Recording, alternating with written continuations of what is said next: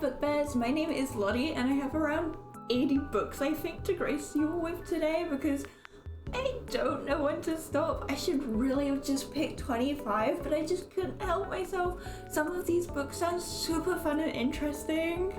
This video has been roughly 2 months in the works because I have so many anticipated reads this year, so research just took a minute and January was not kind to me. I made one of these videos before, I think it was around July time last year, and I was really excited to make it again. So before we get started, I just wanted to be clear that this is only for the first half of the year. So just up until July, and then hopefully I will have a video ready when we cover the last half of the year. Hopefully, as I already have some books picked out. I know, I can't help myself. Within this list, we have a lot of queer romance, thrillers, and romantasy. So if that's your vibe, maybe leave a little like and subscribe. We're ranging from debut novels all the way to standalones and the first book in a new series.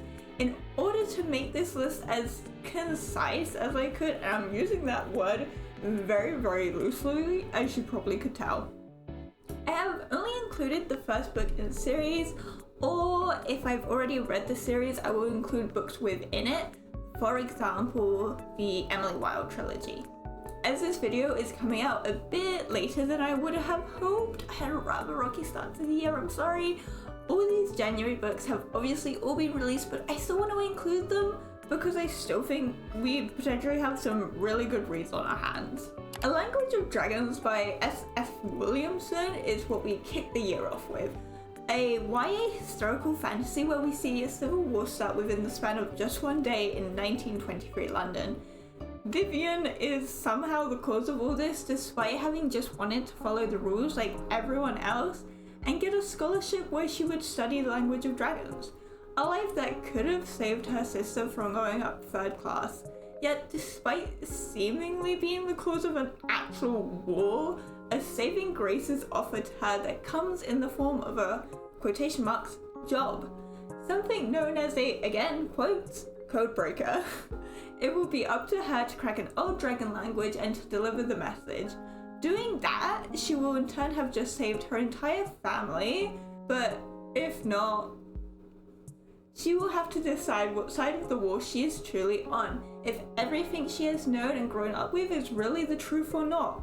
Oh, I don't know about you guys, but I really love to see a character's entire life just, fall apart around them having grown up in a little bubble. There's just something about it that really hits the spot in my opinion. This one I'm actually super excited about, even though I also I'm considerably nervous about, which I know sounds super duper silly. Trust me, I know.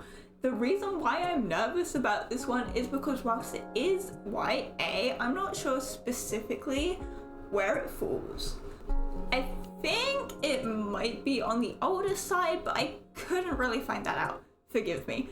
Another reason is because this book actually reminds me of one of the books I read last year called Hell Followed With Us, and maybe that's just because they are both dystopian YAs, with the end of the world coming as a storm, but they are completely separate authors, so I will just have to give it a go and try it out, and then form my own opinion from there. And also, one is like religious dystopian as well, so they're really not the same. They're really not. I'm just worrying. But anyway, enough of my worrying. Enough. Okay, sorry. The Last Bookstore on Earth by Lily Braun Arnold, and despite only having been out for about a month or so now, it looks like it's already getting some pretty good ratings on Goodreads, and it released immediately into paperback, so this bear doesn't have to wait around. I can get it right away.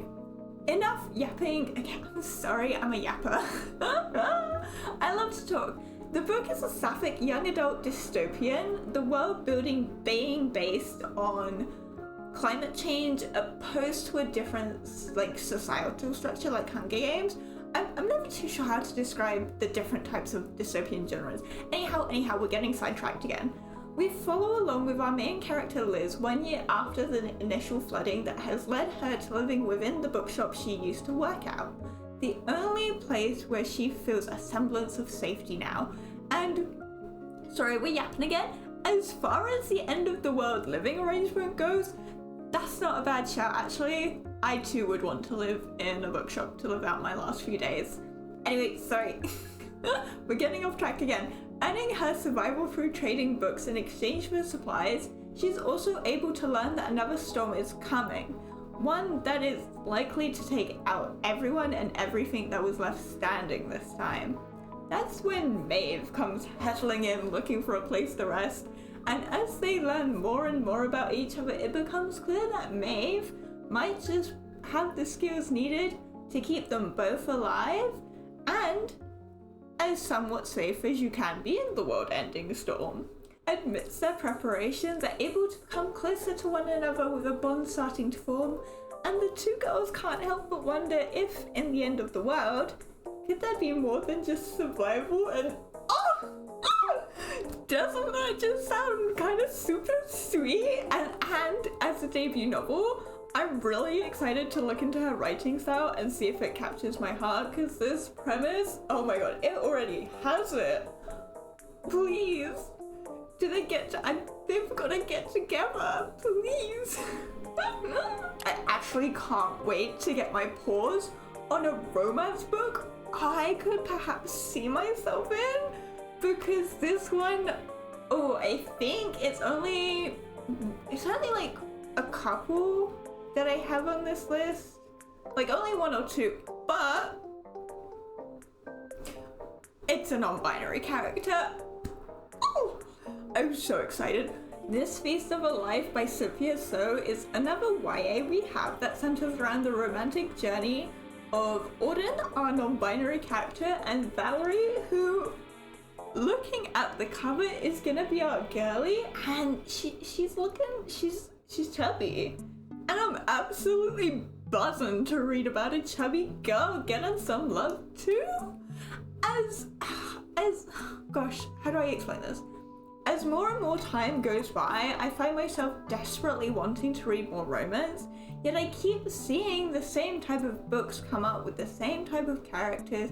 So, ooh, I'm really excited for what could be a little bit of fresh air for the genre, especially with non-binary rep and a chubby girly. I love that. I'm not entirely sure who we would be following along with, or if it'll be like a split point of view. I'm thinking it's probably will be Valerie mainly, just from how the synopsis was worded. But what we do know is that Auden is a food blogger sharing family recipes and their overall love of food and cooking. Valerie, on the other hand, is an ex-food lover, shall we say. Losing her mum over a year ago, she also lost a close relationship with her father, and her love for the food that came from her mother, the OG food lover in the tight-knit family they had. Now they have nothing but a kitchen that is cold and empty. However, in finding Auden's blog, something is ignited in her, even if it's just a small spark to start. I just think this has some real potential to be such a cute and wholesome romance. I've rather quite high hopes since Cynthia's last book seems to be quite well received, so perhaps I should have to pick them both up really rather soon. Okay, this was one that has obviously been sitting on my TBR for quite a while now, and every time I check my little TBR list, I need to remember that it hasn't come out yet, but guess what? It has now! Witchcraft for Wayward Girls by Grady Hendrix has been sat on my TBR shelf on Goodreads since the 10th of July, 2024. That's how long I've wanted to read this book, and it's finally here, and we have another release for this year that is doing overwhelmingly well too, by the way. It is being classified as a 7 gothic horror, and that just sounds really cool to me, even if I'm not entirely sure what to expect from that, but it's definitely got me hooked. Set in Florida in 1970, we'll be following along with Never at only age 15. Her name, just really quickly, I love her name, by the way, it's so cute, Never. Oof. As she is carted off to Wellwood House, a home for unwed mothers, to keep them out of societal eyes as they go through the final 3 months of their pregnancy. Most girls are not sure what is to become of their stay here, but all know that at the end they will have to surrender their baby and move on with life as if nothing had ever happened. It feels like all hope is lost, not even just for never, until one day a traveling librarian gives her a book. A very special book on witchcraft, igniting something inside of her. Hope maybe. She'll go on to make deals with the devil, but she must decide at what cost, as a debt is called for. You don't get a devil's help for free after all. I mean, come on, have we learned nothing? Oh my gosh, here's one that just, sorry, I'm getting excited. Here's one that might just be a little chilly, so let's bundle up all. Death in the Arctic by Tom Hindle drew me in because one, yes, the cover looks cool, very, very old-timey, but also because it has a bear on it. You guys know how I feel about bears. I am a bear. We follow along with Chloe Campbell, who I just want to say, she also has a really cool name to start with. Anyway, she is an aspiring travel writer. She is not expiring and is currently flying to the North Pole. I don't know if it's a blimp or not because that's what it looks like that on the cover, but in every synopsis it just says luxury aircraft. But a blimp would be a totally new thriller setting for me, and so I really hope it is a blimp. It would be so cool. But sorry, back to Chloe. It seems everything is going as smoothly as it can until a passenger is found dead in their cabin. Oh, ooh. I mean, it must have just been some kind of tragic accident, right? I don't know. Yet fear is slowly turning to doubt, and doubt is slowly turning into something else as the passengers that remain slowly begin to turn on one another, with suspicions and accusations rising. Oh, I'd hate to be trapped on a blimp and people are dying. Oh, I'd hate to be trapped anywhere, to be quite honest. Now I feel like, you guys, okay, I'm so sorry. Just bear with me as I go through the motions on this one, because now I feel like despite not having read any of her books yet, I still somehow have a history with her work, because I think about her books all the time, every single day of my life, and I have done for the past year. I saw one of her, oh my god, it's not even been a year, it's been like 2 years. I saw one of her books in a Indigo chapters, whichever one you want to call it, when I was living in Canada. Oh my god, am I crazy for this? You're not wrong to ask, but like, I have thought about her books every single day for like 2 years now. Oh my god, I am crazy, aren't I? But Immortal by Sue Lynn Tan is coming out this year, and I've been dying, absolutely 5 foot in the grave, dying to get my grubby little paws on Daughter of the Moon Goddess. But I haven't had a chance to get it yet, which it's really just a skill issue on my part. I can't even begin to explain what is going on, but something about these books is making me go feral, okay? I'm sorry. I'm having like a moment of realization where like, what is going on that I keep myself in misery? I'm gonna go buy that book after I finish making this video as a little reward, okay? But, okay, again, off topic, but, Immortal is about Lyanne, who knows she must serve the immortals and protect those who have protected her. However, after being poisoned and then saved by her grandfather, the immortal queen is outraged and sends the god of war to attack the kingdom.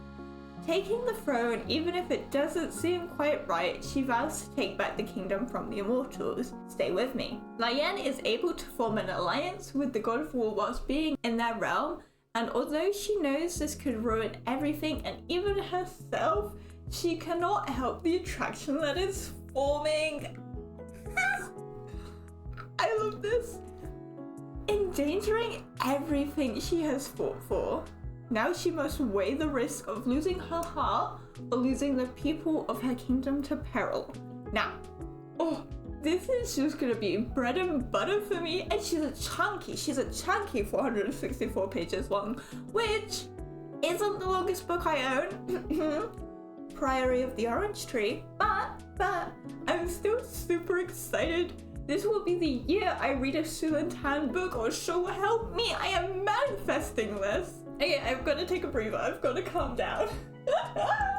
If I read this next one, it will be my second dip into Greek mythology, which is scary. I didn't like my first dip, but shh, don't tell anyone. But also maybe it could be really fun. You know, I just have to give it another go.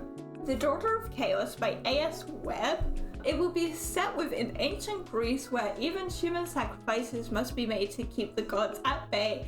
And despite the history of these tributes, many can't help but hope that an ancient prophecy will one day come true. For Dani, a strange and dangerous path will begin to unfold for her after she eats the golden apple, finding that she no longer has control over her future the same way she thought she once did. Ooh. Chased out from her home, she will befriend Heracles, the demigod of glory. And whilst he has his own plans for her, wanting to send her into battle against monsters and beasts, she has her own in mind as well, hunting gods. It seems this book will be the first in the series, I'm just not sure how many books that would be, but this is also her debut novel. How exciting! I might as well admit this now before we go any further into the video. No one yell at me. All these books were picked primarily based on covers, but can you really fault me? I mean, this one looks also pretty. Of course I'm gonna want to know more about it. What a Moon by Samantha Soto Yambao. Oh god, I'm gonna say this now. If I get anyone's name wrong, please just phonetically spell it out for me.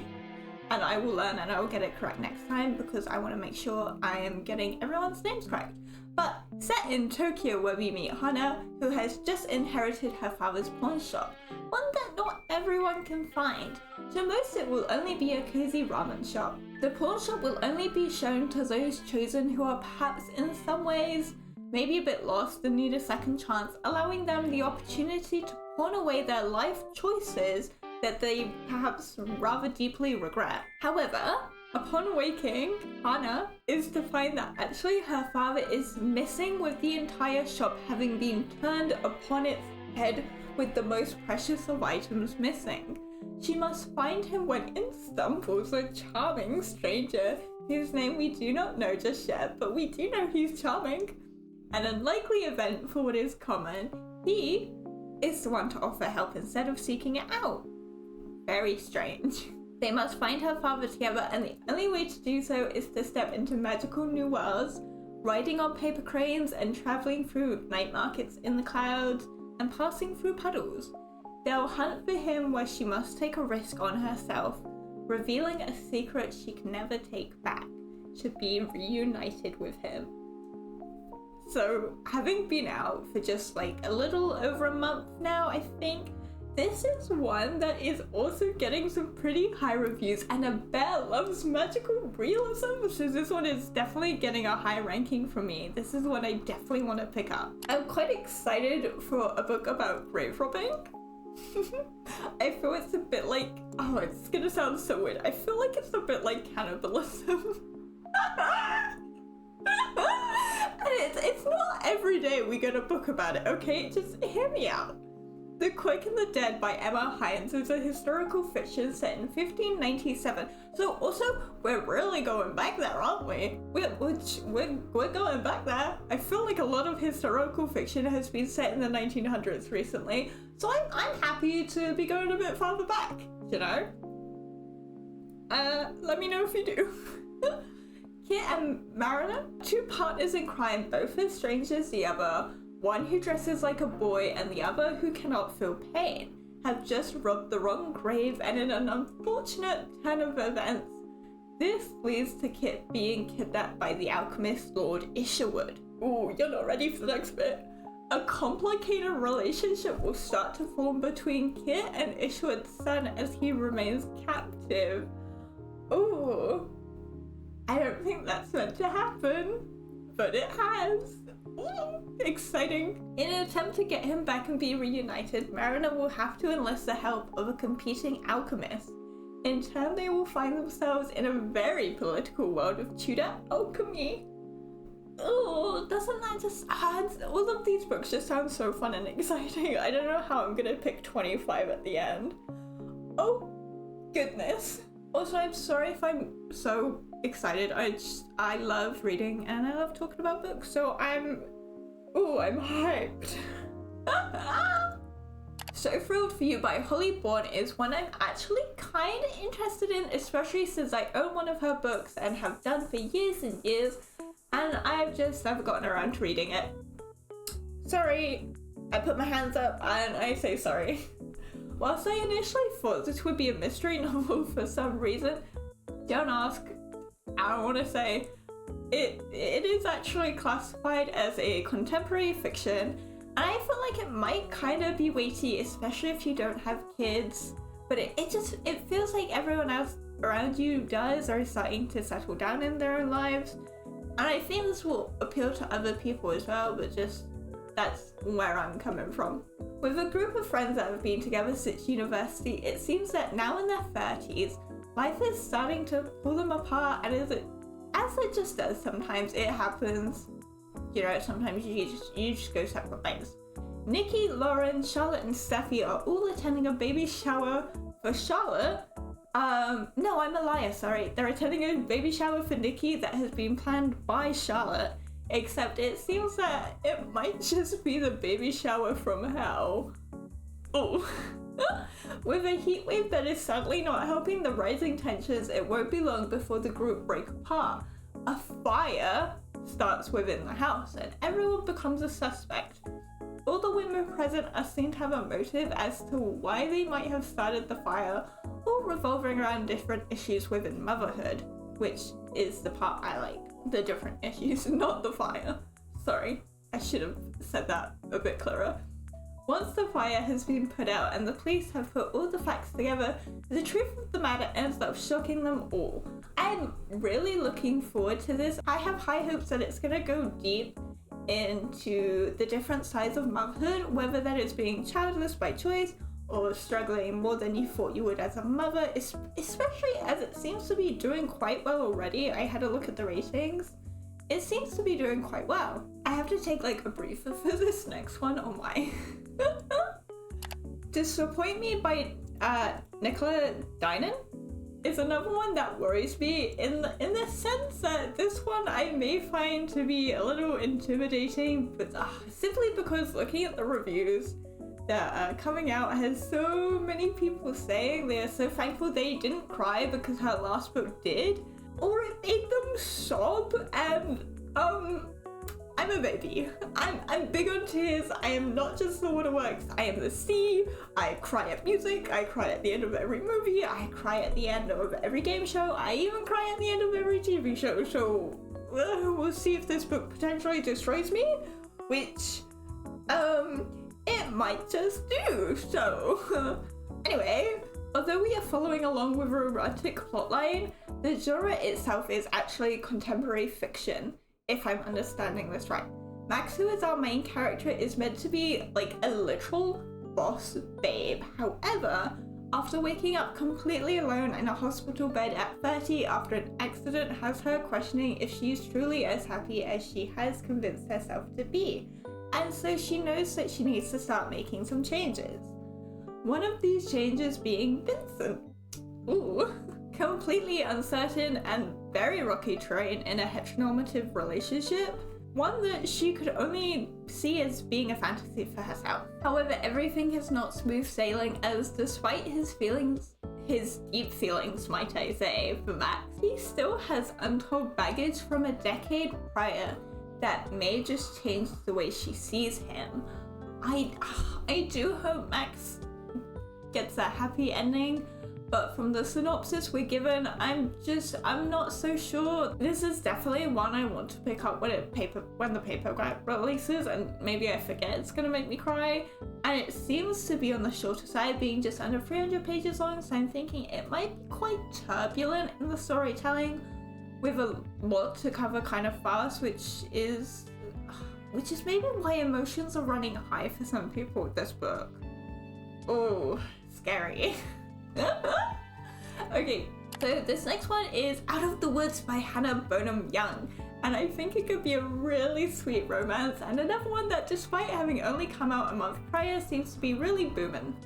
I really like the plot to this one, and I couldn't tell you what it was that it's specifically drawing me into it, but I'm just being drawn. I'm being drawn. Okay? Sarah and Caleb are already married. We are joining into their relationship after having been together for 17 years, after having started as just high school sweethearts. They are now full-grown adults, and whilst this is such a sweet thought to meet young and to stay together for so long, there always comes the question in practice of who am I without you? Starting with a fundraiser, Sarah wants to be able to prove that she can just do something without the help of Caleb or need him there to always succeed at something. Despite all her best efforts, the event falls through and fails. And it really hits hard because this was in memoriam of her mother. Caleb has to come in and he's got to save the day for her, which is really sweet. But this instance is what cracks open that rift between them, with nothing but unfinished arguments, disagreements, and doubts that come flooding out from years and years and years, and 17 years to be exact, prior. In a desperate attempt to save what they have, and maybe even admit they are no longer the same people who got married at 19, they'll go on a week-long camping trip that is meant to help couples reconnect. You know, I don't know what they're called. Forestry retreats. I don't know. But as much as I'm looking forward to this being a really cute and like sweet romance, I do hope that we are able to touch a little deeper with commentary perhaps on how it is okay that they are no longer the same people they were when they met, and in fact it is a good thing that they've been able to grow and change as people. I really hope we see the characters admit they have changed and that they're not thinking they've stayed the same. I was looking for a word, I can't think what it is. The cover is really what caught my eye on this one because it just looks so inviting. Like, this looks like a really nice place to live. I want to live there, okay? The convenience store by the sea by Sonko Machida is meant to be perhaps quite the calm, no stakes kind of tale with a delightful seaside setting around the store called Tenderness, where even the manager has his own fan club. He's just that pretty, I guess. Imagine that. Oh, imagine going to a store and the manager just has a little fan club with him. Anyway, sorry. The convenience store by the sea will go through the eccentric customers that come in for their daily needs, celebrate community connections with a heartwarming story that, oh, I really would love to read this and maybe like the summertime. It's just giving summer vibes, you know. I'm just really excited to step in and enjoy the seaside town life, even for just a few moments. I also want to add that after I did a little surface level dig, this book came out in 2020 and now has 4 following after it, but they're only now just being translated into English. So if this is everything I hope it is, I'd really love to see the others be translated as well. I think that would be really exciting. Can I really deny a book that has yearning in it? I mean, honestly, no. I'm getting the giggles, I'm sorry. Oh my god, sorry. There's a book later on that is definitely gonna give me the giggles. I don't think anyone's gonna guess what book it is either, but this one has yearning in it, and I love that in a book. Modern Divination by Isa Agajanian is another romantic. I'm sorry if I said that wrong. I don't know how you say any of those words in that sentence. Oh my god, it's a romantasy we're adding to the shit. Oh god, what a yummy treat it's gonna be when I learn to read. Aurelia has been carefully balancing human life and her magical life for years now, knowing that in order to have a happy life, then rules must be followed. Yet when her green magic has begun to fade, everything is sent off balance. All the while, someone is out there hunting witches, and it's no doubt that at some point she will be the next one to be hunted. Ooh, scary. She must get close to another witch named Chatty, who's unfortunately a rather arrogant classmate, in order to figure out and maybe even stop what is going on before it is too late in this cozy fantasy. another first book in a series where the second book has also already been announced. We'd love to see it. Sorry, I need to keep my face up, otherwise my model tracking is gonna be so weird. I was initially on the fence about this one because at first glance, and tell me if you can see this too, I thought it was gonna be a self-help book, which it is always important to look at more than just the covers. I'm talking to myself here, Bez, I can trust you all to be good about that. But The Healing Season of Pottery is actually a contemporary fiction, something I think I might have actually been getting into a lot more as of recent. I definitely feel like this genre is popping up a lot in this list. I think it's actually came up quite a few times. Written by Yeon So-min, we follow along Jungmin, living in Seoul as she is slowly returning to herself after a period of burnout.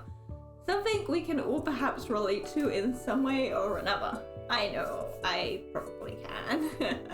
Having quit her job as a journalist rather abruptly, it is up to her to make the changes she feels are needed in her life, and finds a Soye pottery workshop one day after what feels like months of hibernation. Everyone she meets has a story to share, and in turn she'll find she's coming back to herself and being able to open up her heart more than she ever could before. I think this is gonna be really nice. With this book, I'm really hoping and I'm really thinking we might be seeing that underlying message of why it is important to pick up new hobbies and meet new people sometimes. A message that I think we all kind of need to hear. I'm also always looking for a little something calm without any high stakes, that fantasy and horror, between the two worlds, sometimes it's nice to have like a little cool down period, a grace period, if you will. I need a little something in between. It's really nice to take the edge off that thriller that thrillers can leave me with. I don't know. Does anyone read thrillers and like even like a week afterwards you're a bit like scared? Oh my god, we're at the end of January. Ending January with a book I haven't seen anyone really talking about is The Lamb by Lucy Rose, which I have actually been quite hyped up about since I started finding books for this video way back in like November time, when I had full faith I was going to be super organized on time with everything this year, but I digress. We're not going to talk about that again. No. The Lamb, I believe, is meant to be kind of a folk horror with a heavy commentary on mother-daughter relationships. Margot and Mama live out far in the woods by themselves, and ever since Margot could remember, they'd spend their days in the cottage waiting for strangers to come and knock at the door, or as Mama would call them, strays. I don't know why, but I know I didn't do it, but in my head I hear that with like a Louisiana accent, maybe? Don't ask. I wish I could explain myself more. I also wish my character had more movement, but shush. Some things just can't happen. One day when a stray named Eden comes knocking at the door, Margot realizes that her family dynamic may be shifting and changing, and she must find a way to untangle herself from her own desires and make a break for it. And what I mean by that is, I think with Eden, Mama realizes that her hunger and her wants and needs, shall we say, are also separating slightly too. It's a debut novel and I'm super excited for it. I also want to throw in that there is meant to be cannibalism. Maybe I should have said that sooner, so if that scares you, a fair warning, but it is partly a very large reason as to why I'm so excited about this book. Don't ask me to explain on that any further. I really couldn't even if I tried. We're not gonna try. So just a quick recap to wrap up here. Here are all the books that have just released in January that we had on the list, so you can make a note of any that you want to add to that ever-growing TBR. Now on to February, where surprisingly there's a lot less romance than I thought there'd be. A little disappointing, but maybe that's just me. Again, as this video is coming out super later than I thought it would, most of these have already been released already. I'm sorry. But if you didn't know, now you know. Oh my god, okay, so yeah. Oh my god, I am so beyond excited for this one, especially since this will be the last book in the trilogy and I have eaten up everyone previously, I really hope we end with a 5-star read for this trilogy. I know Emily Wilde by Heather Fawcett seems to be a bit of a hit or miss for many, but for me, oh, it was the biggest hit of 2024 for me. It was one of the biggest hits. I really love the writing style, and I've always just found these books to be incredibly immersive due to it being written as a kind of like academic diary. If you've read it, you know, you know. The Compendium of Lost Tales be the last in the series, and so doing my best to not give anything away from what has happened previously in the series. We will obviously be with Emily once again as she is studying. However, there is a deadly curse on the land in this Lost Kingdom, and I think that's as much as I can say without giving everything else away that has happened yet. Oh, I'm sorry. I don't want to do spoilers. I really, unless I'm like warning you, I don't want to do spoilers. But also, can we please take a moment to admire the absolutely stunning and beautiful shade of pink that has been picked for this cover, because oh my, and with this one rounding out the trilogy, I can't help but have hope that maybe they do some kind of special edition box set, but that's just a best dream for you. I'm just dreaming. Like, okay, I have to talk about this. This is a series that makes me want to collect multiple editions of the books, and there are very few books that make me feel that way. There's definitely some series, but it's few and far between. Also, oh god. Also, I have a confession to make. Also, I have to confess, the library you see before you, all of this, is a lie. And the truth is, I only own one bookshelf, and most of my books actually sit under my bed or in a pile, but god, can you imagine having a beautiful little at-home library with light oak wood shelves and these beautiful Emily Wilde books sitting there just like oh so pretty? Please? It is my ultimate dream to have an at-home library. One day we're gonna get it. One day, Bez, we're gonna have the library. Grr, one day. I want to get a better model first though, sorry. That's been on my mind so much recently. I want to stick to books, I'm sorry, I'm yapping. Needy Little Things by Chanel Desamores. Initially, okay, hang tight. Initially, it reminded me quite a bit of a Good Girl's Guide to Murder. However, and this is a very important however, I think we will get quite a different narrative and perspective, as we know going into this book that our main character already knows that she cannot trust or ask the police for help, which is something we had to watch Pip really struggle to learn time and time again. And also this is magical realism, so quite different. But if you know, you know. Soraya must solve and find where her friend has gone missing, trying desperately to make sure she won't become another statistic or another black girl who will never be looked for. In a desperate attempt to help her mother and sick brother through using her powers, she has powers, to know what others may need in an attempt to raise money, she finds herself a lead to Deja. With the clues pointing a little closer to home than she'd ever like them to be, she can't help but blame herself for the disappearance of Deja, which makes me really sad. Also, a little story side note. We're yapping again. I went into a bookstore for a little birthday haul, like a little late birthday haul, and I wanted to pick this one up, but I couldn't find it. I'd never been more disappointed about not finding a book before, because I really want to read this one. This is also like maybe a top 5, maybe. I'm not saying anything for definite just yet, but maybe I only want to read this one because it has a pretty pink cover. But also in my defense, the plot is interesting too. I just have a thing where a book has a pink cover. I feel like it's calling out to me specifically, and also her outfit is so cute. Are you kidding me? First Time Cooler by B.K. Borison is a romance that I've seen a fairly sizable amount of hype for, and it's doing pretty well. It seems, and I'm just as hyped for it. Because I actually really love the premise for this one, and like she's meant to be kind of long and people seem to be loving her, We love a good long romance, and Beartown, we do. Aiden is our wonderful little radio star who unfortunately has fallen out with love itself, which, yeah, okay, maybe it wouldn't be so bad.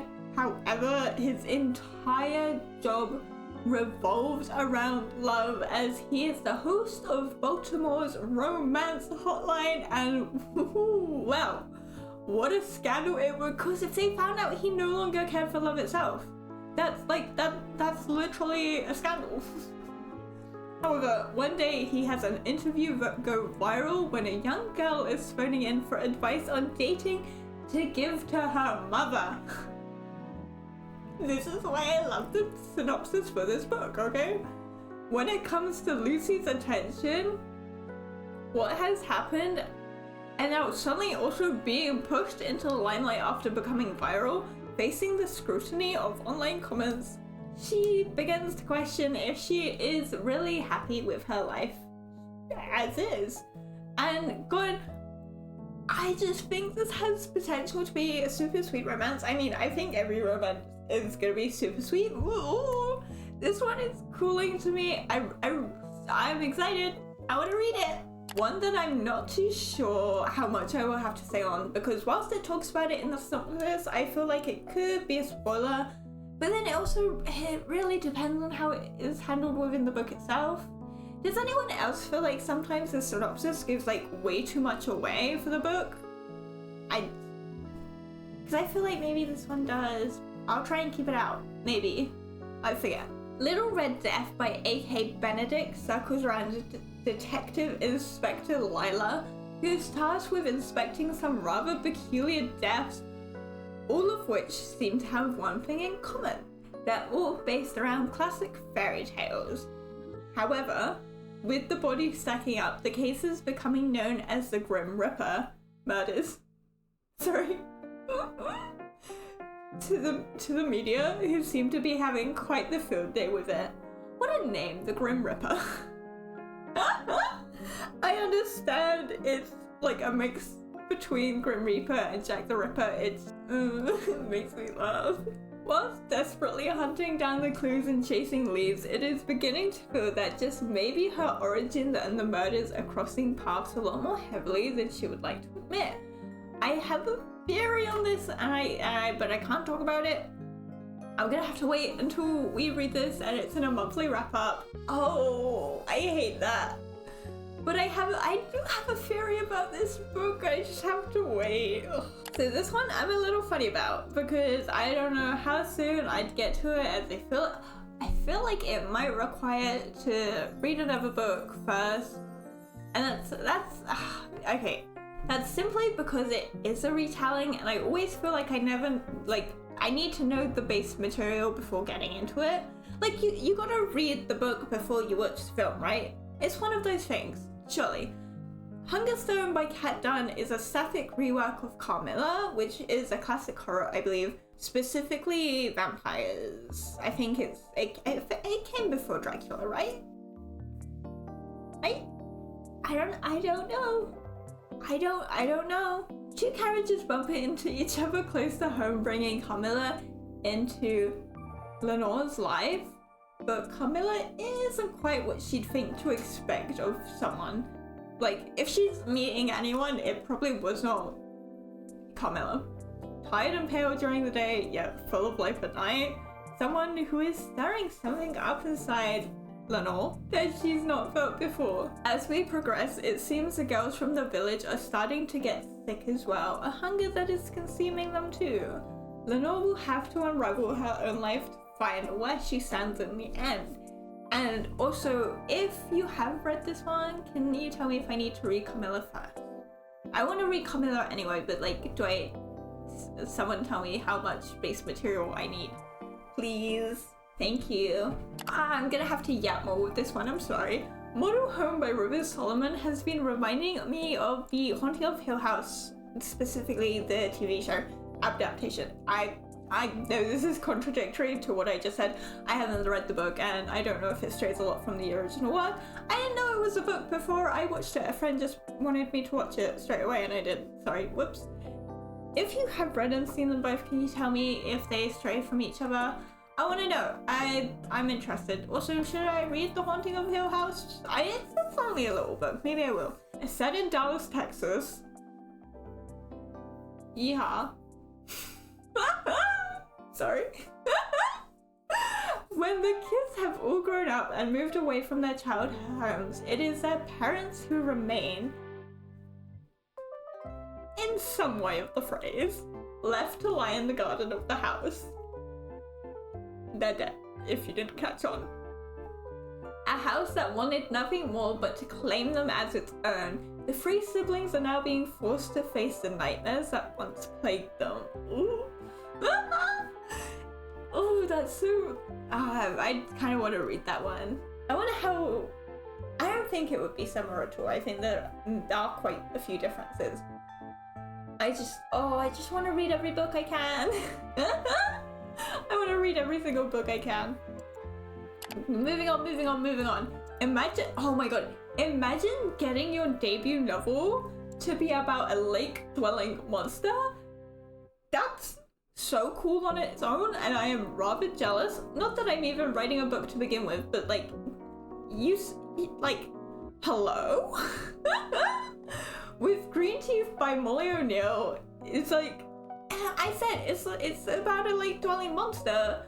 If the cover's anything to go by, she is the prettiest thing I've ever seen.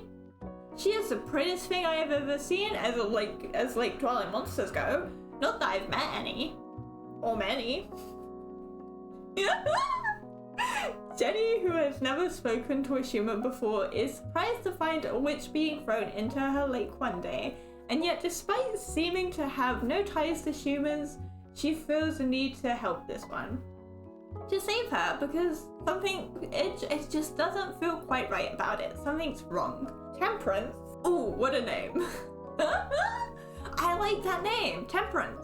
How fun, how whimsical. She's had her entire village turned against her, even her family, and while she might not be quite able to explain why, she knows there is something evil within the new pastor. Despite the two having no common ground, they are able to band together to find the root cause of what may be happening, not only in the town or Jenny's lake, but the whole of the country. She might just be able to save her family. Ooh, this is meant to be a cozy fantasy set in Britain, and it's releasing straight into paperbacks. I really hope I can read this soon. Because it's released, I think.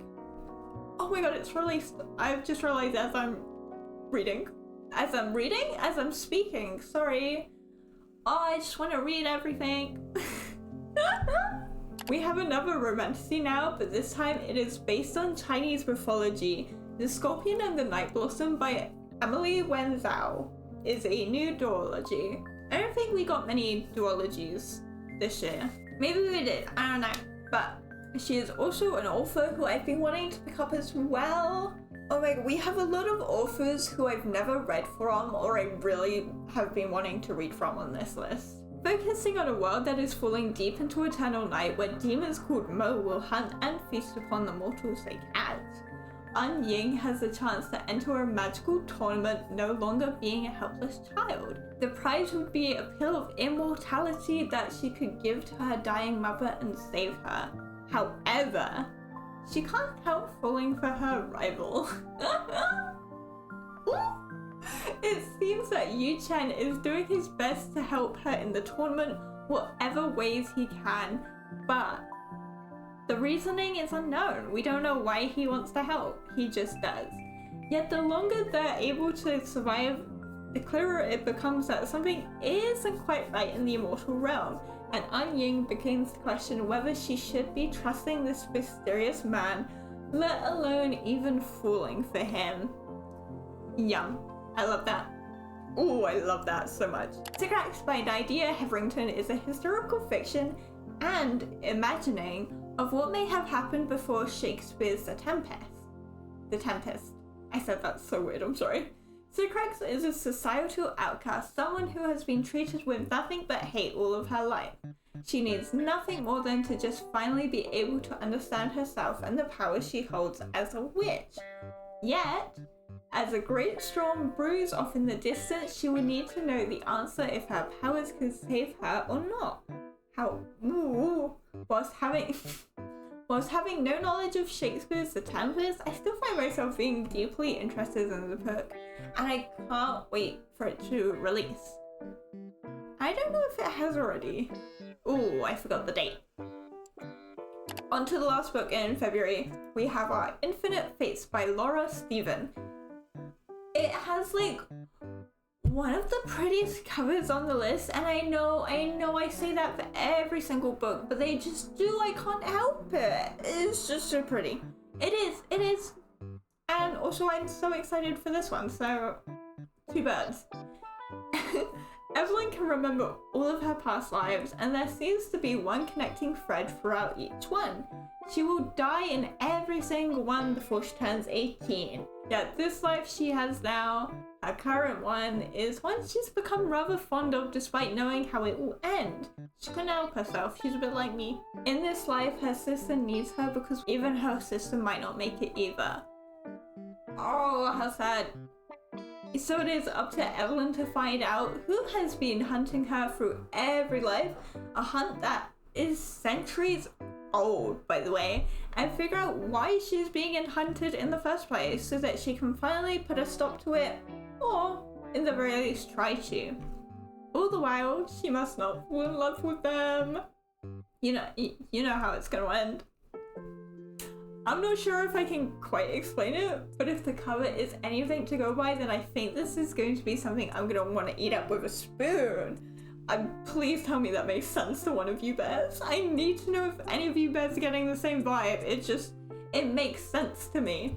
And that's all the books in February. Once again, here they are.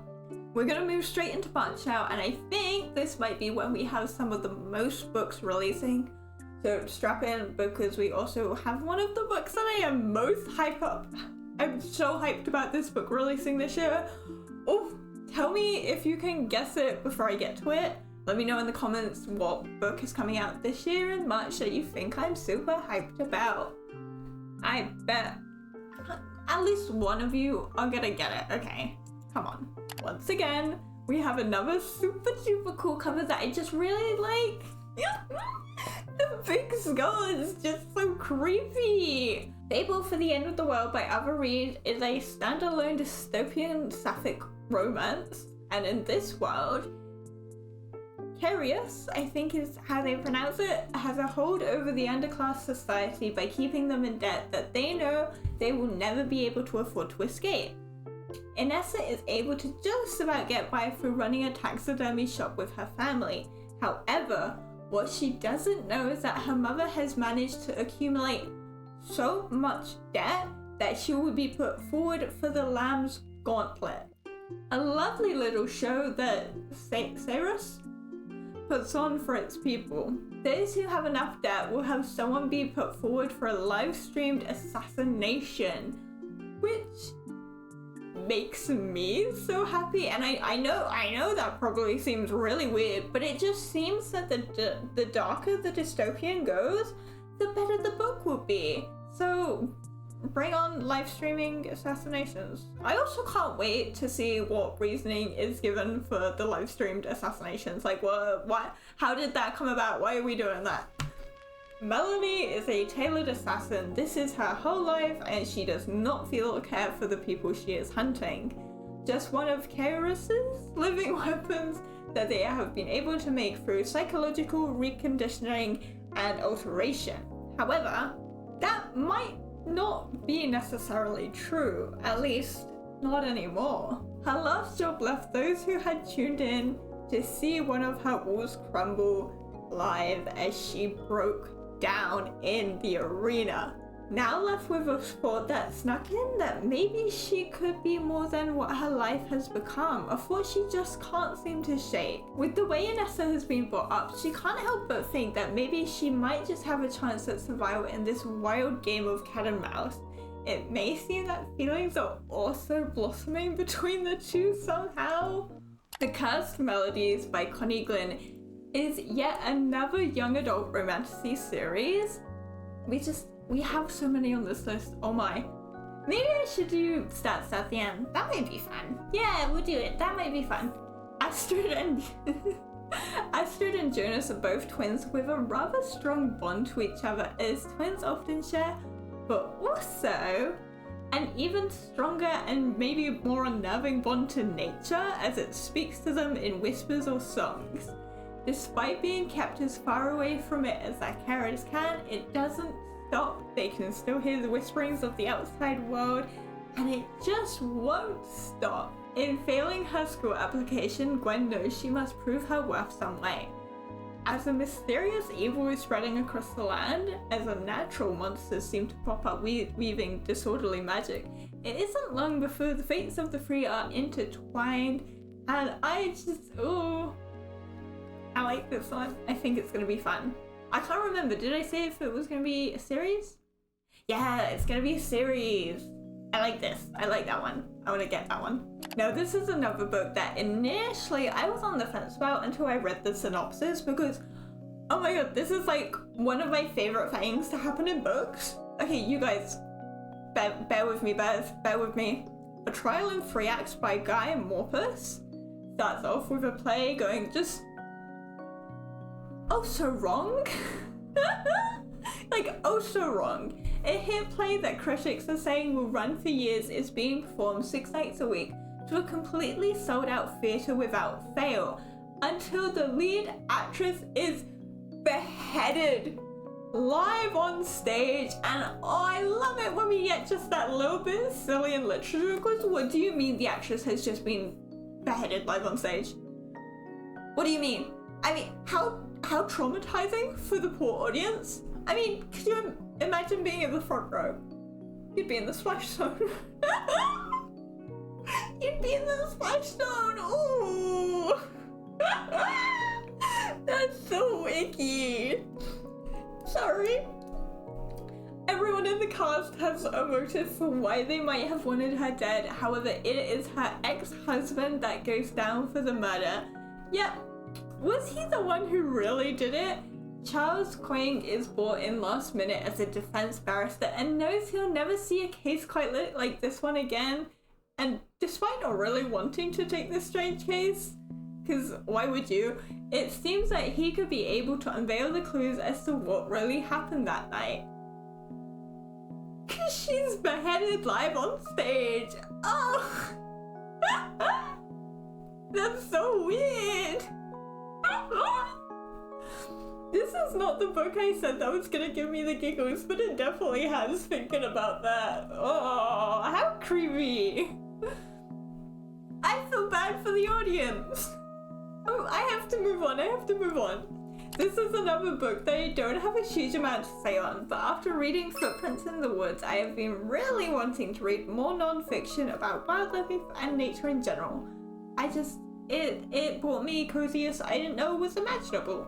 I just found it to be really captivating and quite a fresh change of pace. It was so nice.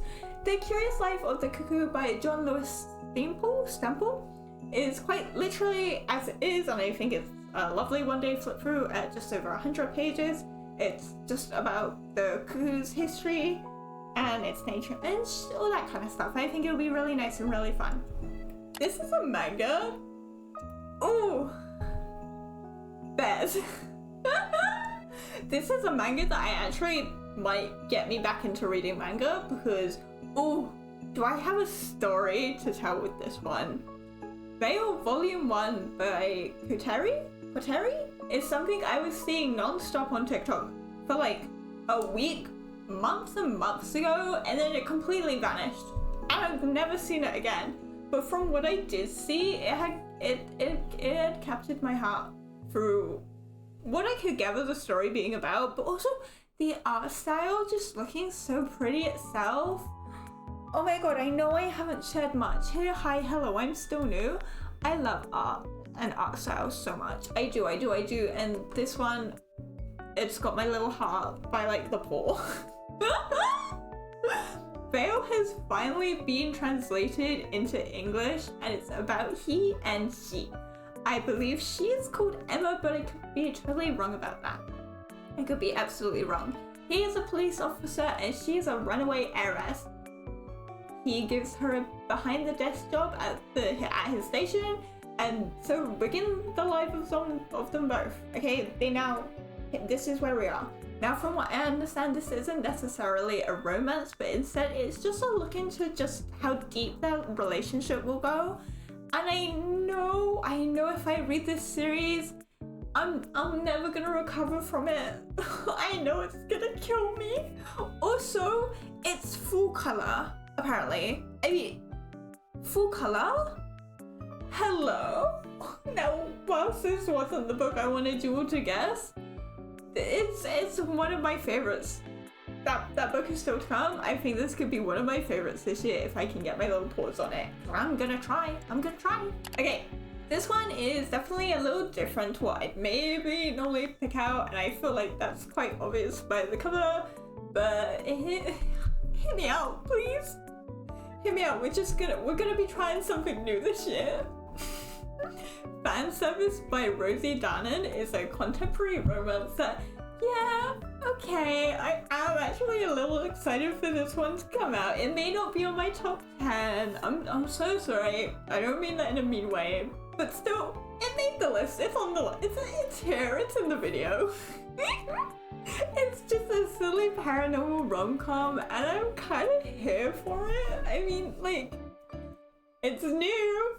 At least for me it is. Alex finds her only real feeling of safety is on the online forum she has built brick by brick, a place where she is also somewhat internet famous. For the werewolf detective show Arcane, despite it no longer being on air and despite her love for the show, she hates the main star.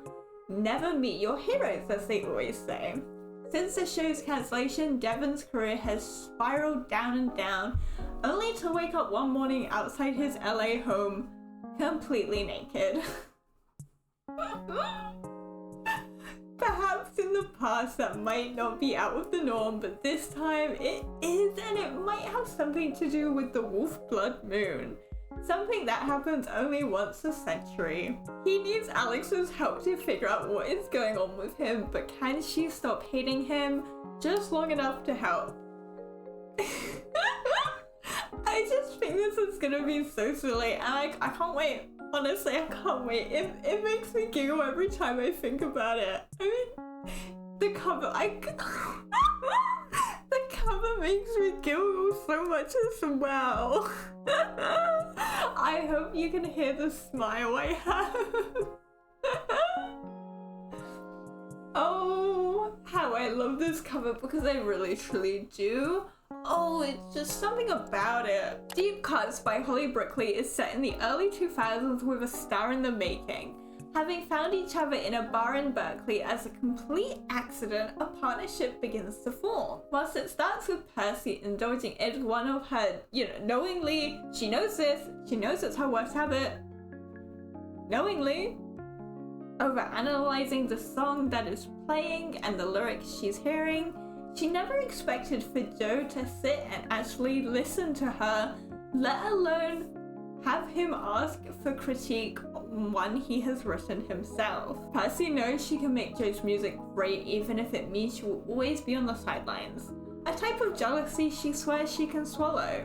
Yet, Joe isn't entirely sure he can make it without her, and now hurtling forwards, it won't be long before it quickly turns into heartbreak. Oh, I'm excited. I'm sorry, I know I keep saying that. I just think this one's gonna be really good. I do. Baz, this might just truly be the book of my dreams, and I know that sounds dramatic. I am dramatic, but I think this might be everything I've been wanting recently. A sapphic, young adult, enemies to lovers, romance. Yes, please! Can we also talk about how her skirt, her dress, her leotard matches her stick? I'm getting so excited about the book coming out, and I'm so excited. It's a Lovescape Relationship by Carly J. Corson is truly the kind of sports romance I've been wanting to read for absolutely forever now. It's been ages I wanted a book like this, and here it is. Charlie is one hell of a force to be reckoned with, whether that's on the ice during a match or off the ice. And Unfortunately, that has some rather large consequences this time. Charlie has lost her one big chance at her future after a fight has left her suspended, in turn meaning she can no longer play at the next game. The game where there was going to be college scouts. Enter in Alexa, our figure skating princess who has all the connections that Charlie could ever need. Alexa has just lost her partner for the next competition, and this is Charlie's problem, because if she hadn't have been in that fight, then Alexa's partner would still be ready to skate. This is Charlie's fault. So to get those connections she's after, she will need to help Alexa and become a stand-in partner for her, because Alexa will settle for nothing less in life than getting to the Olympics. And oh, I am so excited for this. You guys don't even understand. Also, I love that for once it is the figure skater who is the cold and cutthroat, no nonsense personality, and not the hockey player. I love that. I love it so much. We have a super high stakes competition in this one. I can never say no to some good old high stakes. The Wild Towers by Mackenzie Reed initially really reminded me of the Harry Potter game that I don't know what it is called, but if you do, tell me, I guess. But I just listen to what I'm about to say, and you might understand what I mean. But with it's got a big old cash prize at the end of it as well. With a dozen seniors about to graduate, Chloe isn't the only one willing to risk it all to get a chance to have her name on the list for the Wild Trials, an intense test of 7 physical and mental challenges with $500,000 and a sick sister. It's worth the risk, as only one student has died previously, and that was years and years ago now. It's not like it even matters now, you know? Yet there's something about these games that just isn't sitting right with her. She teams up with the brother of the dead student, Hayes, who also just happens to be her ex-boyfriend. After being blackmailed in the tournament, she realizes she was putting her whole life on the line to uncover what could really be going on and what really could have happened to Hayes' brother. I'm really hoping for some fast-paced action and to see those deeply hidden feelings perhaps resurfacing, you know? Ooh.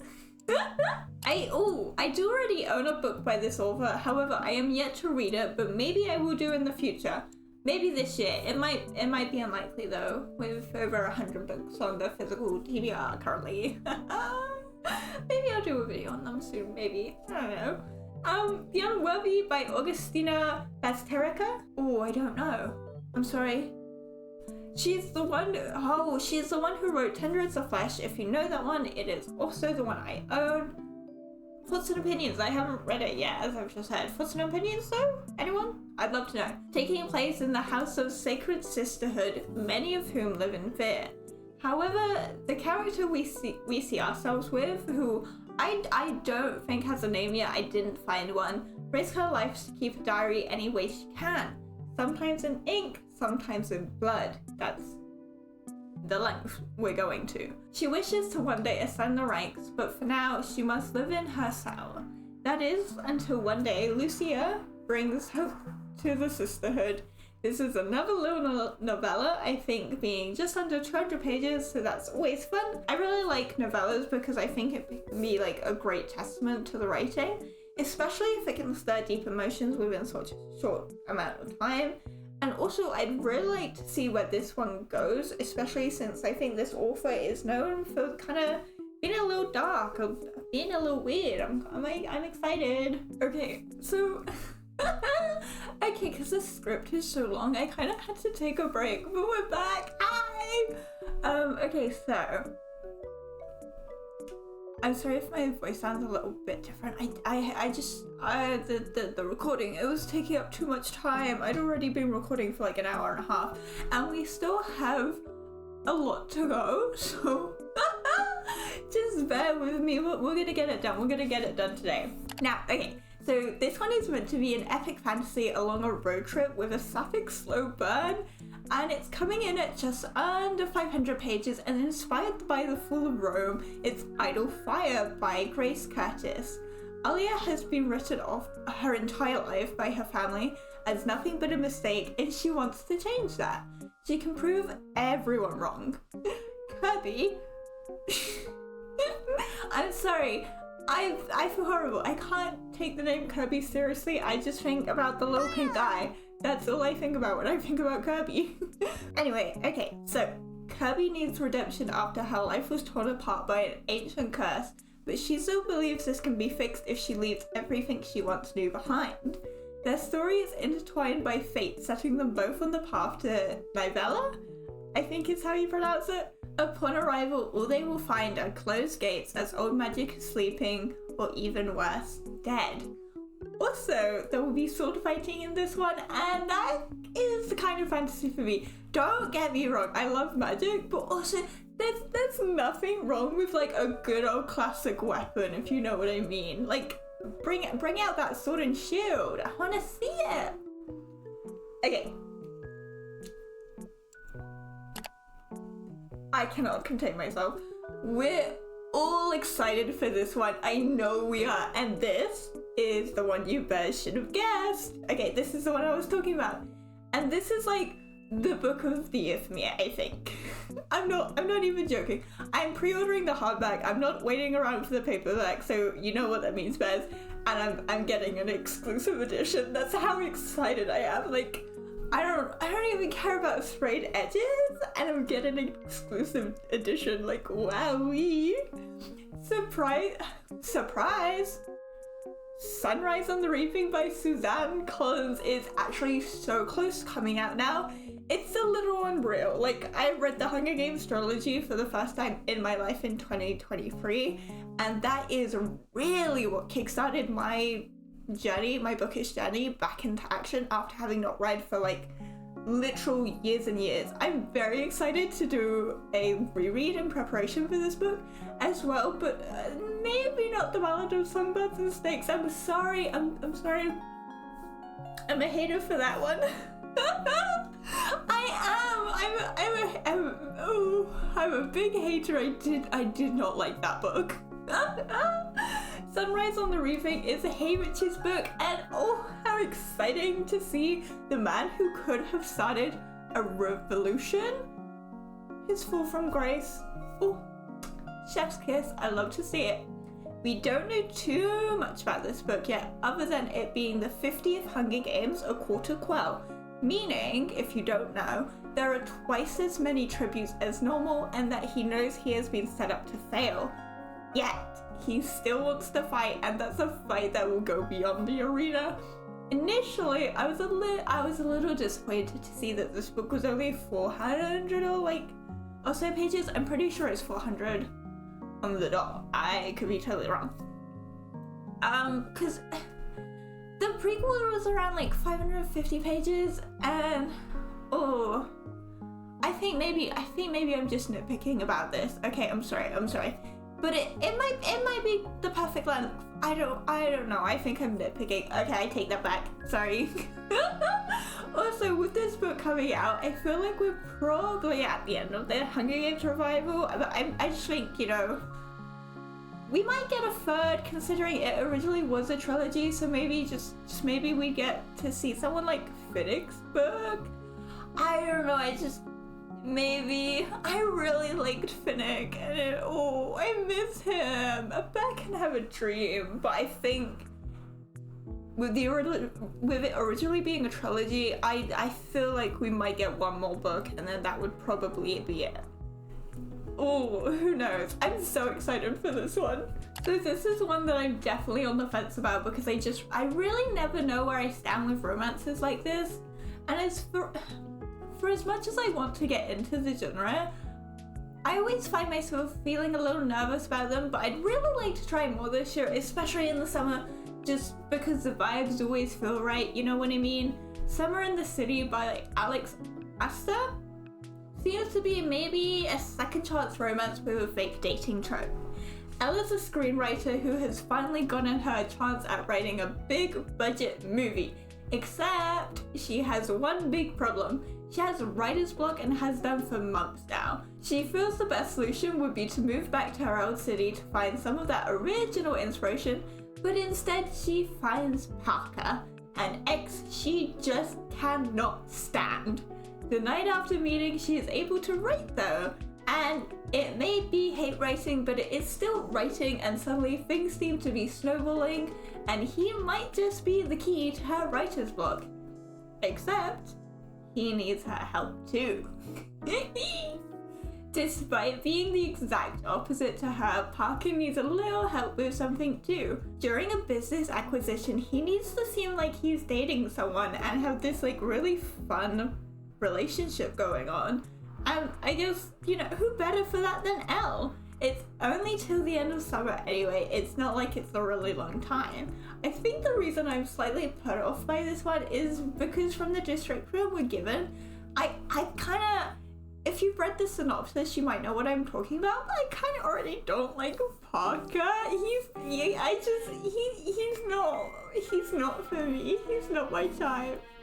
So I don't know how fun it will be to read about a love interest I might already dislike, but I really want to try some new things this year. So when this book comes out, if you read it, can you guys tell me how it is? Can you let it bet now? Will this be worth reading it? Or can someone find out for me? The cover for this one is just really freaky in a way that I adore. I mean, look at it. Ooh, it's got all the faces and like all the ladies. Ooh, ooh. I can only make sounds for it. Rapture by Emily Maguire is set in 9th century Mainz in the heart of the Holy Roman Empire. We follow along with Agnes when tragedy strikes, leading to the decision that will change her life forever. If she is to live the life she truly wants, then she must sacrifice her current one. Agnes will become John the Englishman and dazzle the church with everything she will be able to accomplish in this new life. Ooh, I hope you guys can understand why I'm excited for this. With gossip being a deadly weapon, every day brings new fear that the secret John has been hiding might come out into light. Yet despite those fears, she will risk it all for one person when they arrive in Rome. I think this one could be really quite powerful, and I'm really excited to see how it is received when it finally comes out. And this is quite perhaps a feminist novel in like what she could have done, especially during the time, because this, I think there's an author's note that said this was inspired by like real events, so I really want to read this one. I just think it'll be like really interesting and quite a refreshing read. I know I don't often, we're going on a tangent now, but I'm really trying to diversify more of my reading in terms of what I'm reading and who I'm reading from, and I feel like this is, even if I don't end up liking it, I think it's gonna add to my depth of knowledge of, and maybe open up doors into other things I like. I hope that little rambly tangent makes sense to someone. The first in a trilogy, as well as her debut, The Prince Without Sorrow by Mayfree Wijeskawa. Within the Ran Empire, a prince is born into violence, which, already. But what is to become of him if he does not believe in the already established ways of how the kingdom is to be run? Oh, I love it. I love it. With the sudden death of his father, he must step up and run the empire. But most believe he will be set to fail unless he can become just like his father, the one person he despises most. Oh, guys, I really love the synopsis for this. A curse has been created that could change the world. A violent curse made by Chatty, a witch who has had to watch as her aunt was murdered in front of her. In a fight for the fallout of power, they can either have it to themselves and become what they most fear, or they can lose it completely, unknown as to what might happen to that world. Oh, doesn't that sound good? The inspiration for this series is taken from India. Oh gosh, and this is something I feel like we don't see an awful lot of in books, so this might be quite a fun change of pace. As I said, I really want to keep diversifying that reading sphere I have going on, and in doing so, I think reading books inspired from India and tales from and just the culture itself, it would be really good to help diversify the pot, if you know what I'm saying. I wish you guys could see the hand motions I'm doing. I'm like holding a big, what are they called? A cauldron? I'm like holding a big cauldron and I'm using my arm like a spoon. Oof. I gotta stop with my oofs. I can't help it though. I'm really excited for this one, even though I think this is another one where the synopsis might be giving away the ending. But then it makes the ending sound really, really cool, and it makes me want to read it even more. So like, I can't be mad. Unlock the Dark by Sasso Hawk is a young adult romantasy standalone, which in itself gets points from me because don't get me wrong, I love a good series. I just feel that so many books or series now, I just want my little standalones, okay? I feel like I have to buy all of a series in one go so I can binge it all because that's the kind of reader I am, so I love my little standalones. They make me so happy. Unfortunately, Elia's father is dying, but she has him tethered to life because without him, she won't be able to provide for her youngest siblings. Which, ooh, what a horrible situation to have to like tether your dying father to. Oh, I hate to think about it. The god of death does not take too kindly to this, for all dues must be paid, and if her father cannot be claimed, then her youngest brother will have to make do, as he gets taken to be one of death's servants, I think. Enter our love interest, a rather bookish Prince Triss, and I'm sorry there's so many names, I'm sorry, I'll promise I'll get at least one right in this video, but he is in search of a legendary scroll with the belief Elia could help him find it, with a proposal for her hand from the prince. If she is able to find the scroll, she is finally able to release her father. However, Triss is in danger of becoming something he is not. Oh! Doesn't that just sound so fun, man? This is one I'm gonna be super stoked to get my little paws on. Like, hello, he's a bookish prince, and something dark is gonna happen. Ooh, I like it. Okay, on to the next one. Anu has finally been able to move, but the village she moves to isn't as cozy as others make it out to be. How to Seal Your Own Fate by Kristen Perrin. Peony has a fortune to tell, like she has many times before. But knowing she has predicted death and murder, Annie does not want to hear it. Whatever the fortune teller feels she must tell her, she doesn't want to hear it. Because why would you? It's obvious, like, she's gonna come over to you and be like, hi, I know how you're gonna die. I'd cry if someone did that to me. I'd be running in fear, like, oh, that's so weird and creepy. But she cannot escape her grim predictions for long, or Peony herself, it turns out, because it won't be long until the woman is found dead. Why? Who knows? I guess you'll have to read to find out. Another one I don't have a whole bunch to say on other than that there is no doubt in my mind that this one will be absolutely heartbreaking just based on the premise alone, and please tell me if you understand why, because if you don't find this premise to be heartbreaking, who are you? Do you have soul? What? Who Wants to Live Forever by Hannah Thomas Hughes is a contemporary fiction about what may happen if your soulmate decides to live forever when you do not make the same decision. Hello? This truly has the potential just to be absolutely devastating. Sam and Yuki have made the decision to love each other forever. That is until a miracle drug is created that will allow you to live forever. A drug Sam would rather take than love Yuki forever. Ooh, I'm going through the motions. It is meant to be quite heavy on world building with a cast of different narrators, but already the premise just makes me so sad. I cannot, like, believing in soulmates, having your soulmate, obviously if they decide this they're not your soulmate, like, come on, let's be real, and they decide like, no, I'd rather go on living my life than not love you forever. Oh no. I can't do that. That book is gonna tear me to shreds. I can't. We'll have to do we're gonna have to do a little vlog one day where I'm like, every book that kills me, because what are you talking about? Oh, I hate Sam. I hate Sam. I've not even read the book. I hate him. He is on my list of horrible men. At the end of this one, we're gonna have a little yap session again. I'm sorry. But I have to talk about something.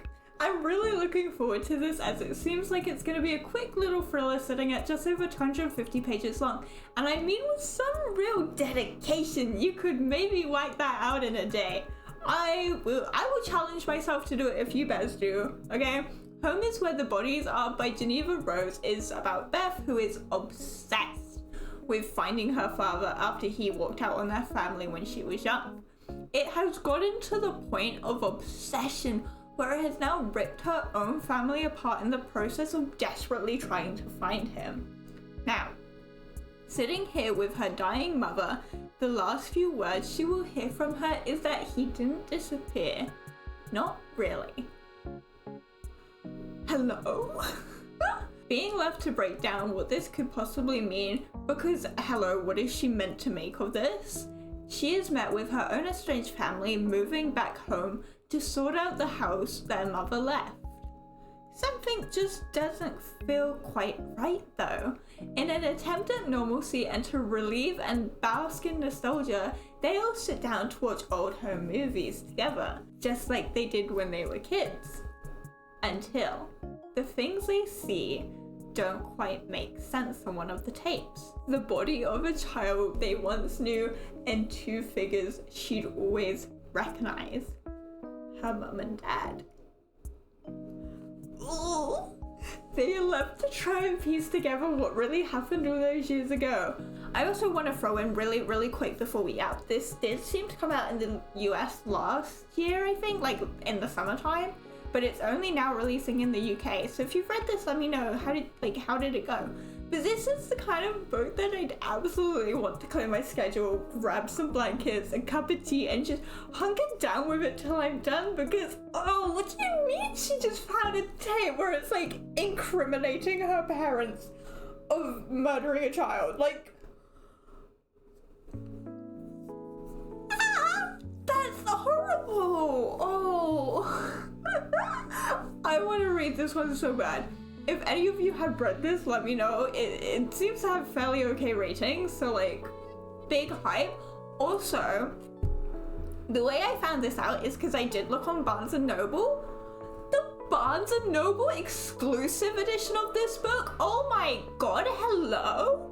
It literally, from like what it looks like, it literally comes in like a little box, like the tapes used to. Like, the paper cardboardy sleeves that VHS tapes used to come in.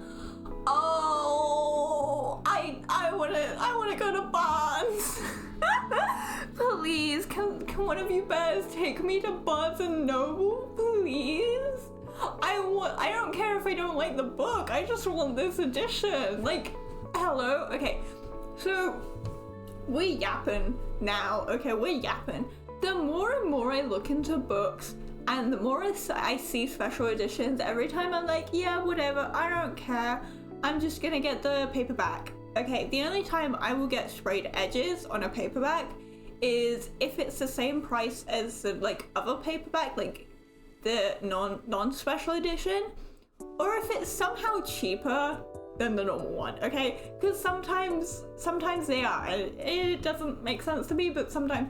Maybe if I had a library, oh, I want to get some display books. I do. I want to get some special editions, but I can't justify it. I can't, like, I have no reason to.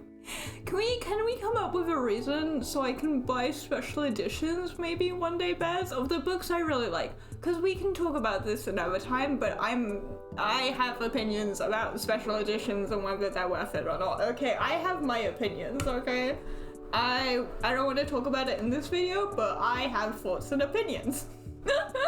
This is one I've known about. We're moving straight on without a gap. This is one I've known about for a few months now. However, it will only now be releasing in the UK this year, despite having come out last year in the US.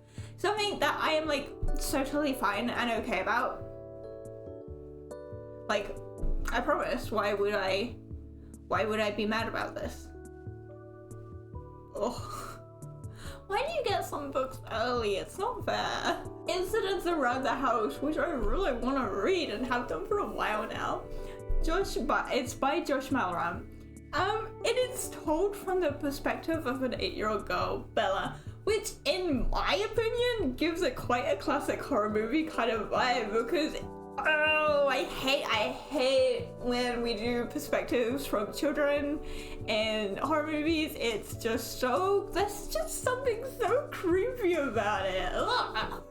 Her family means everything to Bella. They are her entire world, even other mummy. Ah! Already, that makes my skin crawl. When other mummy we're talking about right now, okay, not normal mummy, other mummy, starts making requests that Bella knows she can't fulfill, letting her inside her heart. Scary. She is able to sense that something may be deeply wrong because her safe little home is starting to feel a little different. With her safety net about to fall apart with the divorce of her parents looming overhead, she must find a way to solve everything that is currently happening. I hate horror involving kids. It can just be so creepy, cruelly, scary, airy. But this is what I definitely want to read and pick up. And just, oh, I have such high hopes for this that it's gonna make my skin crawl. And with that, we have now wrapped up on March. And I know I've already said it, but I just can't wait for Sunrise on the Reaping. How many of you guessed that one? I really hope it's a good portion. But there are also some other books that I just can't wait for. Once again, here are all the books we just covered, and now we will be moving on to April, so we're nearly halfway through the year. Not through the year, through the list, sorry. Spread over the course of 3 summers, This Song Is About Us by Sarah Bernard circles around young love and early fame. The Curbs frontman Drew, along with his girlfriend Ruby, must make the decision on what they will do and how they will handle their relationship as the brand grows in popularity. With the choice made to keep it a secret, Ruby can't help but wonder if she has made the right decision as she watches him in the spotlight. Could this have been the right choice to make, or was the relationship doomed from the very start? I really do love a good young adult romance, and I just think this could be a really fun read, especially since I've been wanting to pick up one of her books. You guys know what I'm gonna say at this point, okay? You guys know. It's got a cool looking cover and I sound like a broken music box, but I'm not gonna stop. I'm gonna talk about the cover until I pass. The Wind Weaver is an epic fantasy debut by Julie Johnson, and this one is gonna be quite the thick book, coming in at just under 550 pages. Wow, it's that serious. I also want to say this isn't a debut, just her first time in this genre, as it seems she has quite a few romance novels under her belt, meaning the romance in this should be real good, hopefully. I've got high expectations for it. Raya, a halfling, has been sentenced to death as most halflings are, yet her execution is interrupted by the commander. The further she is able to run from her home, the more she is able to learn that maybe the world isn't what she once knew. Maybe she isn't what she once thought she was. As it turns, she's actually a remnant who is fated to restore magic within her plagued world, or in the very least she will have to die in her efforts. Ooh. So, although it turns out that she isn't a halfling, I still think it is kind of cool to be seeing a fantasy book where she isn't just some normal fairy or like something akin to that. I really want to see more diversity in my fantasy series. Sorry, it's like characters. Please give me some book recommendations where the main character is like, I don't know. Give me an orc or something, please. Give me, oh my god, an orc, please. I feel like this is a romance that I'm really ready to eat up, especially since it seems like it'll be playing into the right person, wrong time kind of trope. That's just something I can't say no to. This is akin to Bread and Butter for me. What If I Never Get Over You by Paige Toon is perhaps one of the most dramatic romances we have on the list so far. Ellie fell in love with Ash whilst traveling in Europe, something she didn't expect to happen, especially not in the course of 3 days. But with such a deep connection, she couldn't deny what was happening. And so when the pact is made to meet again at a later date in Spain, what is she to think when she arrives late and he just isn't there? Ugh. 6 years later, here he comes, crashing back into her life, no matter how inappropriate it might be right now. She's had 6 years to forget about him, and since then, now has a perfect job in the Welsh countryside. Oh, but she can't help but wonder, did she ever really get over him? And oh, judging by the synopsis, Ash must have a real good reason for being a no-show. When I tell you I am ready to pass judgment on this man for leaving my poor Ellie out there alone. Ooh, I've got my little gavel ready. I'm gonna bang. I'm gonna pass judgment.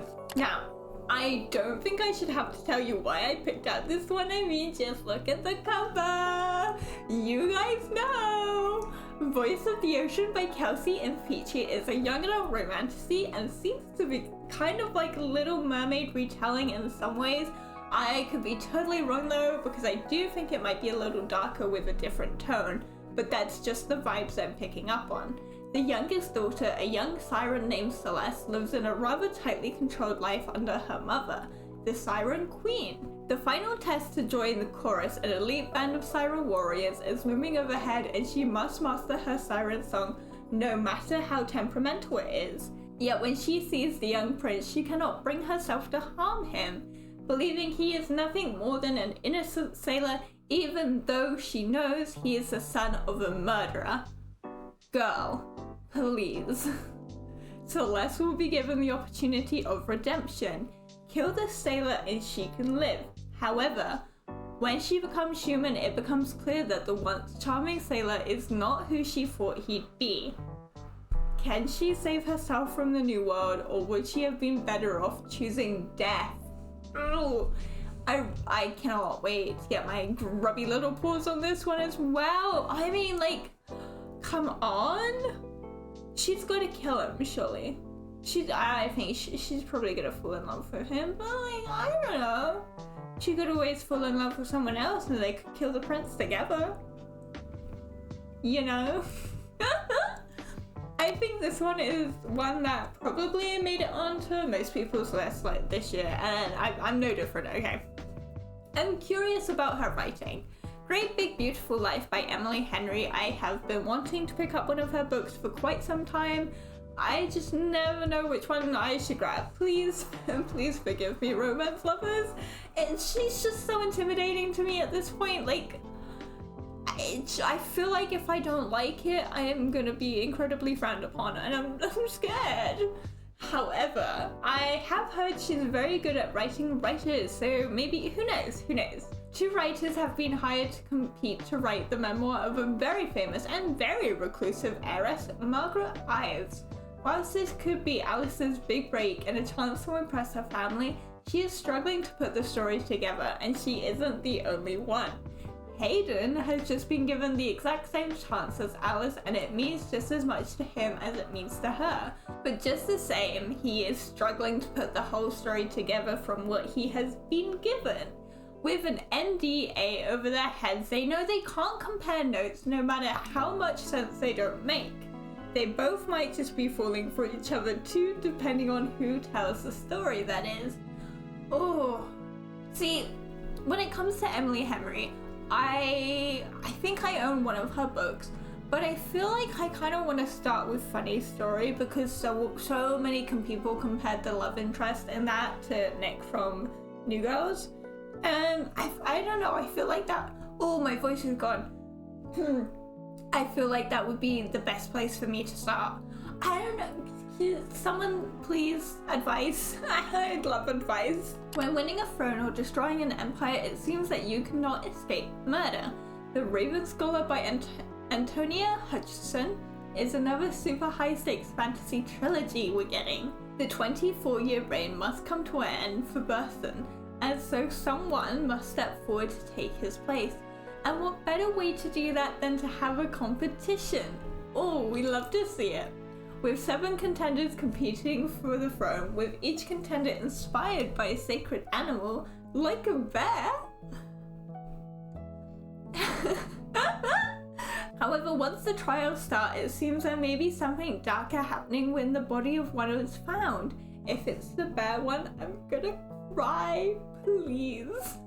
Neville will have no choice but to begin an investigation after, but if she fails, then her sentence will be death and the whole empire could be doomed. Ooh, I really like the sound of this one.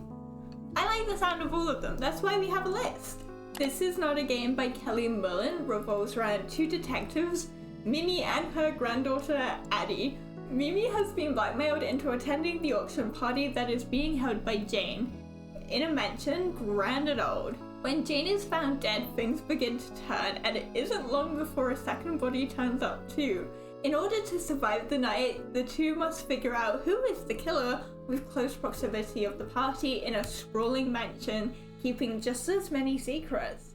I like that it's like a grandmother-granddaughter duo, especially since Mimi is like meant to be 77 years old. I don't know, it'd be a fresh change of pace to have like, it's normally an 18 to 24-year-old on the case. So like, you know, Team Granny, go Granny, you solved that murder, girl, you go get it. I like it.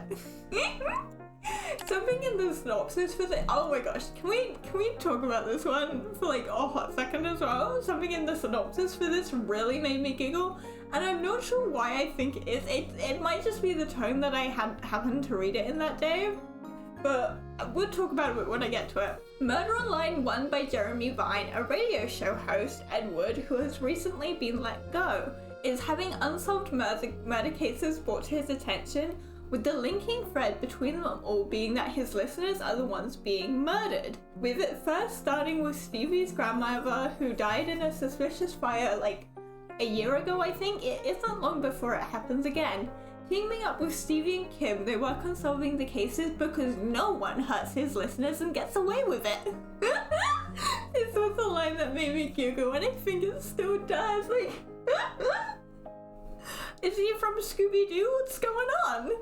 But why are they being killed off in the first place? This might sound really mean, but I'm not sure how seriously I'm gonna be able to take this book, because the plot just sounds so silly to me, like, but like in a really good way. Why are we killing grannies for listening to the radio? I gotta know. Can you believe we are already on to May now, bears? Leave a little heart below if you stuck around this long, because I love you for it. Once again, here are all the books we just talked about. There are definitely some that I really hope I get to pick up this year too. Whilst I don't tend to be one for hardbacks, let alone sprayed edges or exclusive editions, which we have mentioned so much already, this one has some artwork that I had to really consider, because hello, look at it, it's so cool. Oh, with my gushing aside, The Devils by Joe Abercrombie has made it onto the list because I can't say no to a little European plague and famine. I mean, can you? It can be my treat. I've been very good so far this year. It can be my, like, a little European plague and famine. It's my little sweet treat. I feel like the synopsis isn't giving us a whole bunch in the way of what the story will be, but it is doing a good job on the world building, at least in my opinion. With a coming apocalypse, Brother Diaz must somehow put a thief on the throne of Troy and unite the church. This is also like another big boy long book at just under 580 pages, and so if the synopsis is anything to go by, I really hope we have some very solid world building in this. I just really like that idea of having a task to do, but the people you're meant to do it with are like literal devils. They're literally demons and ghoulies. They're evil. Whilst this will be my first Abercrombie book, looking a little deeper, he does seem to have quite a lot of work under his belt and seems to average some pretty high ratings, so I think this one will be okay. I know there have been so many books on this list, and I want to say thank you all for bearing with me, but there are just so many that I really they're like my top picks out of all of them, and I think this might be a really high one on there. Because like, okay, just listen to this. The Lady of the Lake by Jean Menzies is a sapphic reimagining of Camelot myths. Oh. And this is right up my alley without a doubt, and I am so ready to get my little paws on this one. Lady Vivian is being sent to Camelot by her father, and she knows what is happening. She is being sent for the prince and for them to potentially fall in love. With his hand in marriage, she will be able to secure riches for her family, as well as the glory that will come with it. Yet,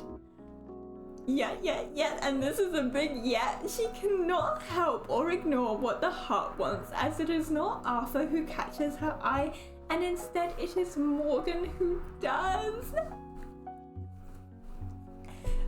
If you don't know, Morgana is Arthur's sister, and I love. Oh. I'm so excited for this one. When Morgan can see a future for them, she knows she can no longer follow her original path.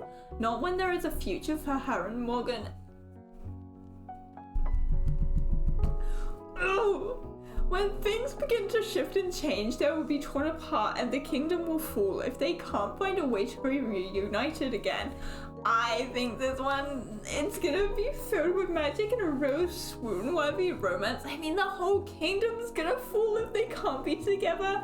And like, I miss watching BBC's Arthur. I used to watch it with my dad when I was a kid, so I think this is gonna like, kind of be like that again, but like an adult version.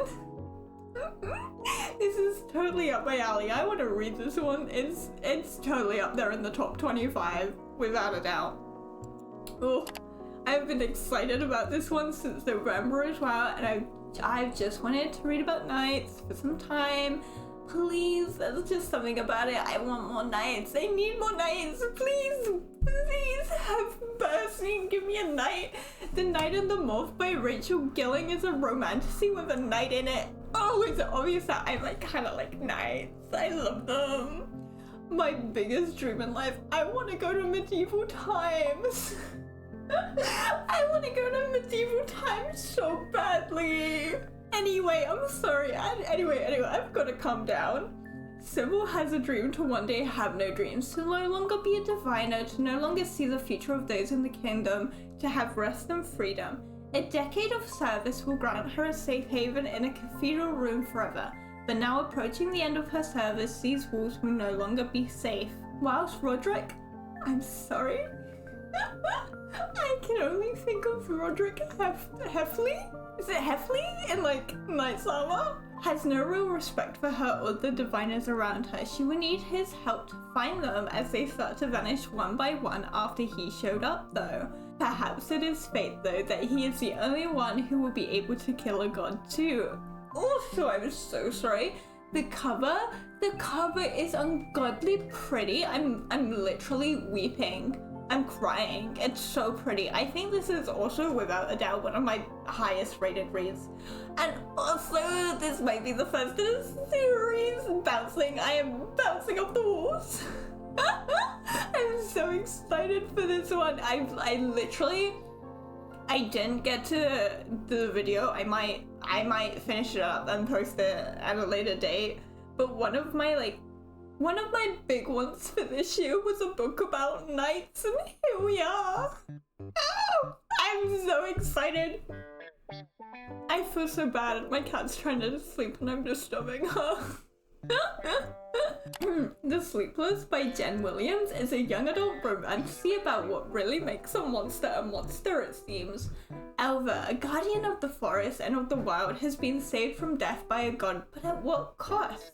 Her skin will now poison any human she touches or who touches her. One day, however, she's able to meet someone who can withstand her touch, because Arter is not human. In fact, he is one of the Sleepless. An evil spirit, Lucian, dwells within his body whilst Arter sleeps, ready and waiting to manipulate Elva for his own purposes. Oh. Because of this, he has spent his time locked away in a tower, only having been sent out on this quest. Elva has a dark secret of her own too, and must foster a fake alliance if she is to survive a world that is filled with magic as dangerous as she is. Oh, I cannot wait. Is this one gonna be a series? Let me look this up. Okay, we don't know. But it doesn't say it is definitely gonna be a standalone. Maybe. Has she done series before? Oh, she has.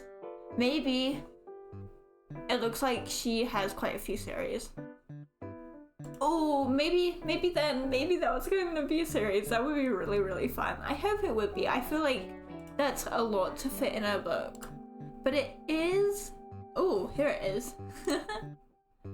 It's only going to be 304 pages. I feel like that's not enough to cover everything. Maybe it will be. I don't know. Hopefully it will be a series. I think that would be better. I want to be clear that I may not know exactly what Sapphic Fangirl will entail as a whole, but it does sound interesting and I like the premise for the book anyway, so I guess we'll find out quite soon. The Lady Upstairs by Jessie Ellen has something going on with the cover that is just, ooh, I love it, I love it, I love it! Anne is a scullery dredge, and if you don't know what that means, it really just means she kind of works in the kitchen, which is like quite drooling because it tends to be that the kitchen is under the house and it's ungodly hot down there too, and depending on the size of the house it will also have a lot of people in there too. Lesson time over. Anyway, again with the books. Anne wants nothing more than to be the lady's maid, and can you blame her? It would be quite the step up. However, in a turn of events, when she gets the position she's dreamed about for so long, it is not everything she would have hoped it to be. Instead, it is akin to a new fresh hell she has entered. This will also be a debut novel, which I think is always kind of exciting because you get to see like a little brand new writing style. I don't know how to exactly explain it, I just think it's so exciting. And I'm really excited to find out what exactly Sapphic Fangirl means. I think this could be a oh my gosh. Okay, so I think this could be potentially quite a touching read, especially as it's written in verse. And whilst I have never read a book written like that, at least I don't think I have, I don't want to ever say no to something new when it comes to reading. I Can't Even Think Straight by Dean Atta is a coming-of-age story about Kai, who is finally ready to come out of the closet and start living his own life. However, Matt and Kai, best friends for who knows how long, have made a promise to each other that they wouldn't come out yet, as Matt just is not ready. He's not ready for it. So I'm really excited to read about how Kai will deal with, you know, the feelings of being ready to start his life and be as true to himself as he possibly can, whilst also perhaps grappling with the guilt he might feel after breaking such a heavy promise to a friend. Because like, it's a big deal. But as we go through the book and Kai is able to get himself a boyfriend, we see that may not be as sunny as he thought it might have been. Maybe a few and far between. I do think we have a few books that will hurt my heart, and this is definitely one of them. We're so close to being finished now, but it's just my 2 favorite months in the year to go. For the second final time, here are all the books we just covered. Let's get into June. In this East Asian inspired world, A Forgery of Fate by Elizabeth Lim is a fantasy standalone with inspiration coming from Beauty and the Beast, so you know it's gonna be good. Trian can paint the future a special kind of magic, yet despite her gifts, her sisters can't be saved from her mother's death or heal her now broken family after losing their father. There aren't many options left for True, but if she marries Elang, a mysterious dragon lord, then her family can be saved. This marriage does come with the conditions though, such as living in his undersea palace and infiltrating the Dragon King's close circle. That was a tongue twister for some reason. A plot to paint a new future, one so treacherous it might swallow the 2 realms beyond recognition. Oh, a mysterious dragon lord? Oh, hello? I want to read this one. I keep saying that. I think it's obvious I want to read them all. I'm running out of ways to communicate just how excited I am about some of these books releasing, because this is definitely one that I have also been harboring a lot of hype for. Bears, if I was a rich girl, if I had all the money in the world, I'd buy a lot more books. Run Away With Me by J.L. Simmons is a young adult romance thriller about Jesse and Brooke, and whilst I feel like it may be kind of clear where the romance is there, you might be wondering where the thriller aspect comes in. Wow, Jessie has just found her abusive stepfather murdered after having just openly admitted that she wants him dead. Ooh, now that's a tricky situation. What a situation to find yourself in as well. Now she's got to get out of Seattle and fast because she is about to become suspect number 1. When Brooke, everything Jessie isn't and everything Jessie is in love with, offers her a ride, well, she's not gonna say no now, is she? The two are now on the run together, embarking on a road trip of a lifetime across the US in a vintage Mustang, a future they might find could actually be worth running to. This is another one I want to just hunker down for a day and just read. I want to know if my girls can make it to that future. I want to know who killed Jesse's dad. I want to know if I'm gonna cry or not. I have a sneaking suspicion that maybe I know who kills Jesse's dad, but also I have to read this and I have to wait so long. It's not fair. Oh, you should know I'm absolutely buzzing for this one. Hello, sapphic bookish rom-com. Yes please, yes please. Also, oh, you are so not ready for this yet.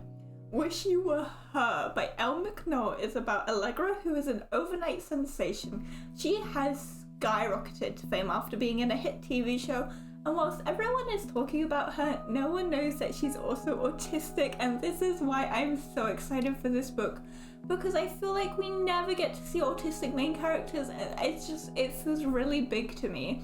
And this book is written by an author with autism as well, so you know the representation is gonna be good, it's gonna be respectful.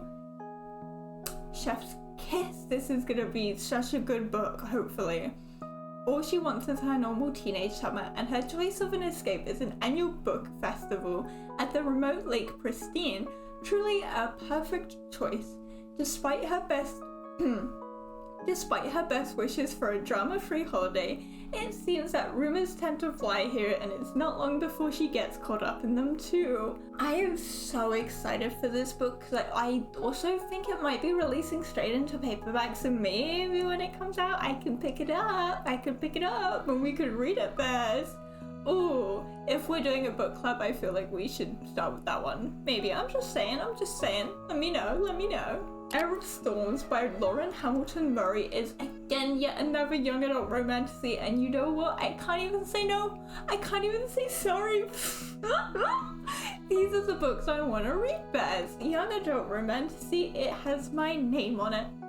When Blaze was born into one of the most powerful fire-wielding families, she literally drowned the world and killed thousands. Something she had no control over, and now lives her life as an outsider. A secret she has kept hidden all these years. She isn't sure if she still has that power. She doesn't know if she even wants it to begin with.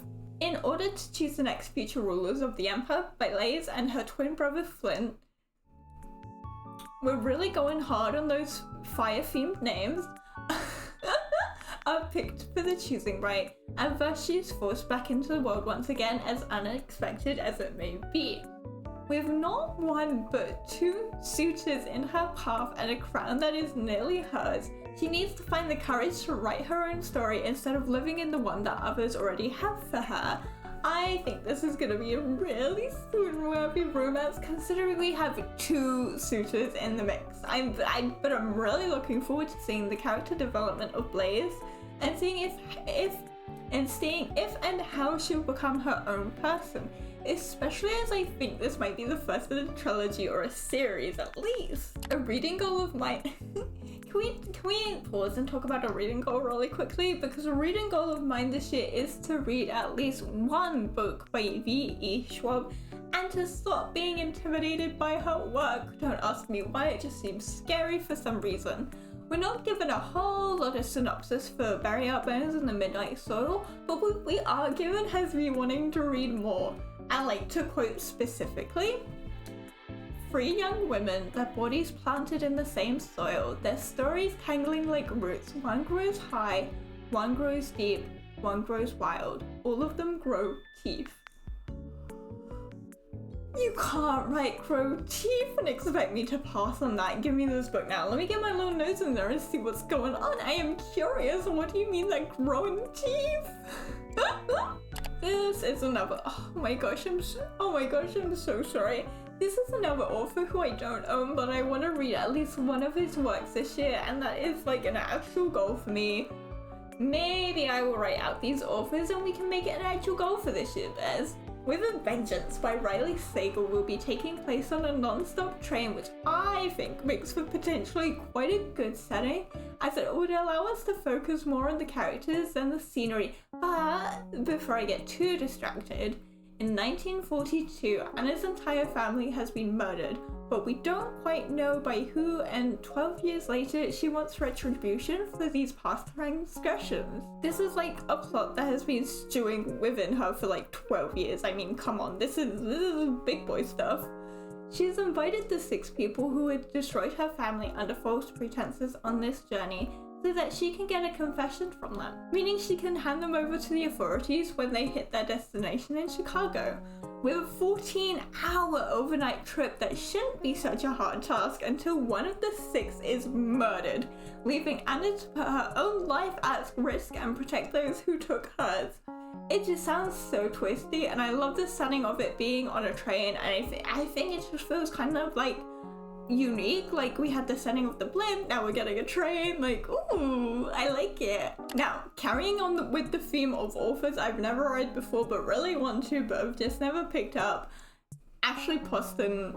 And it's not for lack of trying, because every time I have gone to buy 7 Years Later, it has been sold out somehow, which is, it's honestly quite impressive and just incredibly bad luck for me. I know she has other books, I know, but I really wanted to start with that one.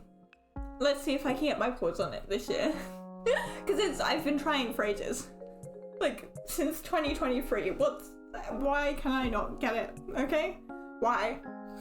Sounds Like Love by Ashley Poston is another romance mixed with magical realism, something she seems to be becoming quite well known for. Joni has returned back home to find if she can return to her bases after not being able to write music. A big problem for a songwriter. Except her home isn't what she left or what she thought she'd be returning to. A best friend who doesn't want to see her, a mother whose memories are fading and fast, and the revelry. A place where she grew up, maybe even where her initial love for music came from, is now closing down. Yet despite everything that might be falling down around her, she is still able to hear a half-finished melody, along with a voice that is surely just in her imagination. That is, until he actually walks in. With the same melody in his head, they'll work together to finish the song, even though he is not how Joni was imagining the owner of the voice to be. With his rough personality, she knows it won't be hard to fall in love. Ooh. Oh, maybe is this one coming out in paperback? Sounds Like Love, I just checked it. It's coming out in paperback, so maybe 7 Years Later, Sounds Like Love could be one of my first Ashley Poston books this year. That'd be kind of fun and exciting. What could be a better setting than a bookish crime festival to solve a murder? A novel, Murder by E.C. Nevin, is a mystery thriller where some of the biggest writers around here come to celebrate all things crime in books, Jane Hepburn being among them. However, when her literary agent is killed, I've struggled with that one so much, she feels that it's up to her to solve what is really happening, and it might just even give her writing career the boost it needs. I really like the sound of a murder case being set inside a book festival, especially when it sounds like, you know, like, I don't know if it would make her, it wouldn't make her necessarily a bad character, but part of the reason she's solving it is just to get that boost for her writing career. Like, oh, I don't know, it just adds like a complexity to her characters that maybe she's not actually that nice. I hope I explained that right. Anyway, I knew I had more than one graphic novel on my list. I know the last one was actually a manga, but that doesn't matter. Graphic novels are one of the many things that I'd like to be able to reconnect with this year after feeling like I lost them at some point down the lane. Kickflip by L.D. Lipinski is a journey of self-discovery for Elliot, who feels like perhaps they just don't really have a community that they fit in with anywhere. Something I think many people can relate to. At school they're bullied for being different, but at the skate park they're accepted as another one of the guys. However, the label of girl or boy has never quite stuck right with Elliot, and neither one seems a good fit for them. As their relationships they have at the skate park begin to grow, their two worlds collide when a group from school are competing at the same sports event as the skateboarding group are. When everyone finds out who Elliot really is, will they be able to find acceptance? Ooh, with like acceptance as who they think they might be. I'm really excited that I've been able to find more non-binary rapping books this year, and I can't wait to read them. I'm so excited about it. Again, please have mercy. Despite owning one, I have never read a Frederick Buckman book, and quite honestly I'm a little nervous too, because apparently they are some of the most heartbreaking books out there, and the one I currently own is A Man Called Ove. You know, that one with like a million reviews that made everyone cry. Oh, I don't want to read it. I do, but I don't. And I do think this one I will find very specifically heartbreaking, and I couldn't tell you why. It's just something about the premise is really speaking to me. My Friends by Frederick Buckman centers around a painting that will come into Louisa's possession 25 years after it was originally painted. With three young boys sat at the end of the pier, she wants to know their story and why they were there. She knows, maybe just an artist's intuition, that there is more to those three figures than just what appears or what people speculate. They are more than just background characters or a depiction of the sea. They are real people. She just knows it. 25 years prior, we have 4 teens who are seeking simple refuge on that pier, spending time with their friends, each struggling with their own difficulties at home. I just think this is probably gonna make my little heart break and ache for a few days. Oh, I'm gonna be sobbing, I just know it. But I really want to get this one when it comes out. It might even be in my top 25. Oh, sorry, I've just seen the next book we're talking about, and I'm so excited for another book about cannibalism. Don't ask me why. It is also around the length of a novella. I think about 200 pages. You could knock it out in a day if you really wanted to, and I think I kinda do. Hunger by Choi Jun-young is one that I actually haven't heard anyone talking about, like, at all, so I'm gonna talk about it. It is literal cannibalism, let's be clear. Gu is murdered on the streets by loan sharks and is unfortunately found by his girlfriend Dan. She will cradle his corpse as it brings her peace in these few moments. Bringing him home, she will prepare him and slowly eat his corpse. Because yum yum yum, am I right? Oh, I'm so sorry, I will take this seriously. I swear, but there is something about cannibalism that is so icky. It's so icky, but it makes me giddy in a sense. It's meant to be romantically horrific, and I have no doubt about that. This book has been on my mind since I found out about it. It really does freak me out, but I just have to read this one. Like, I actually have to read it. I don't have a choice, they're not giving me the option. Judging by all the romance novels we have on this list, I must really be getting into my romance era finally. I'm not sure how much we have spoken about this, but with the rise of book talk and spicy books, it made me really nervous to find romance books, since spice is it's never really my thing. And it's never really the reason why I am jumping into a book. I want to be clear that it's not for me. I think I've found a lot of really good potential romance books this year that I'm actually really excited to read. Finders Keepers by Sarah Adler is also a name I recognize, even though I don't own any of her books. I swear I've heard people talking about her before. I swear I have. I think the best way to describe this book would be an adult version of Boy Next Door, maybe. because the love interest is quite literally the boy next door. Nina, unfortunately, okay.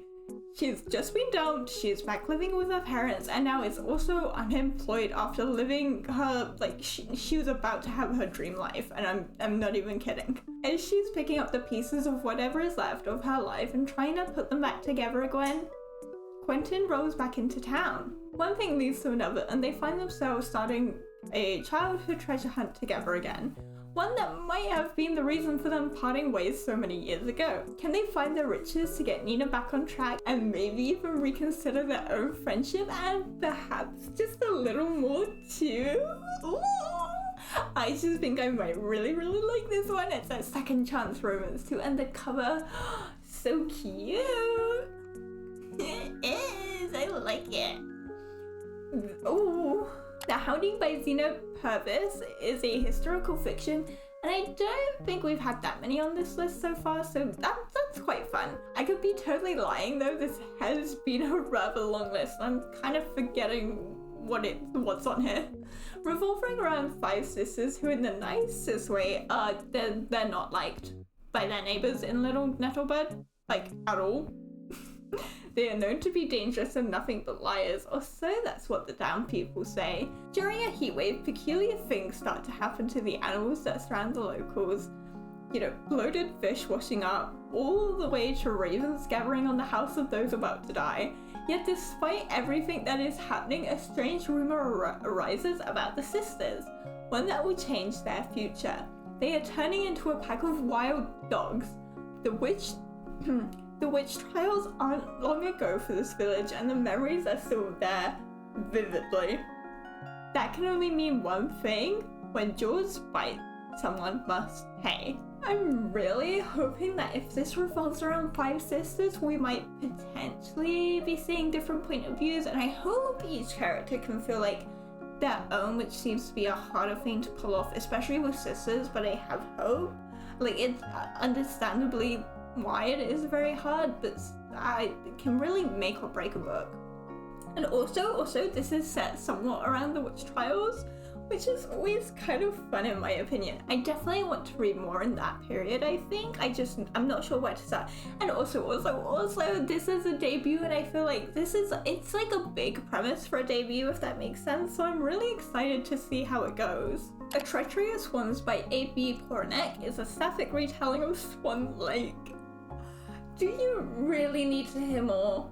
Really? Magic has been outlawed in this world for quite some time now, and yet Utterly knows somehow that she can be the one to restore it in the heist of a lifetime, where she will have to impersonate the princess and steal the king's crown.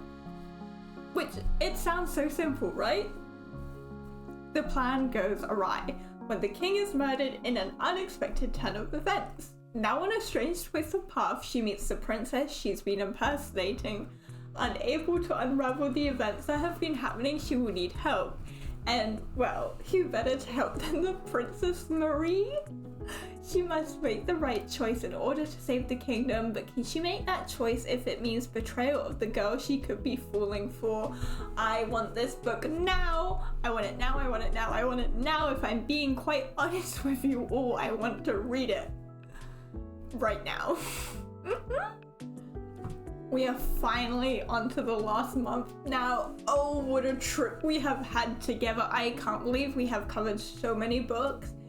Here are the ones we just talked about. Add them to your TBR real quick. Now for July.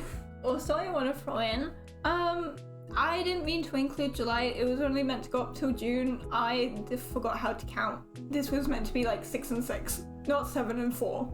Now, if I'm remembering correctly, this is yet another book that has been sat on my TBR for quite some time now. Just like Witchcraft for Wayward Girls, this book has been sat on my TBR since July last year, so you know I'm excited for it.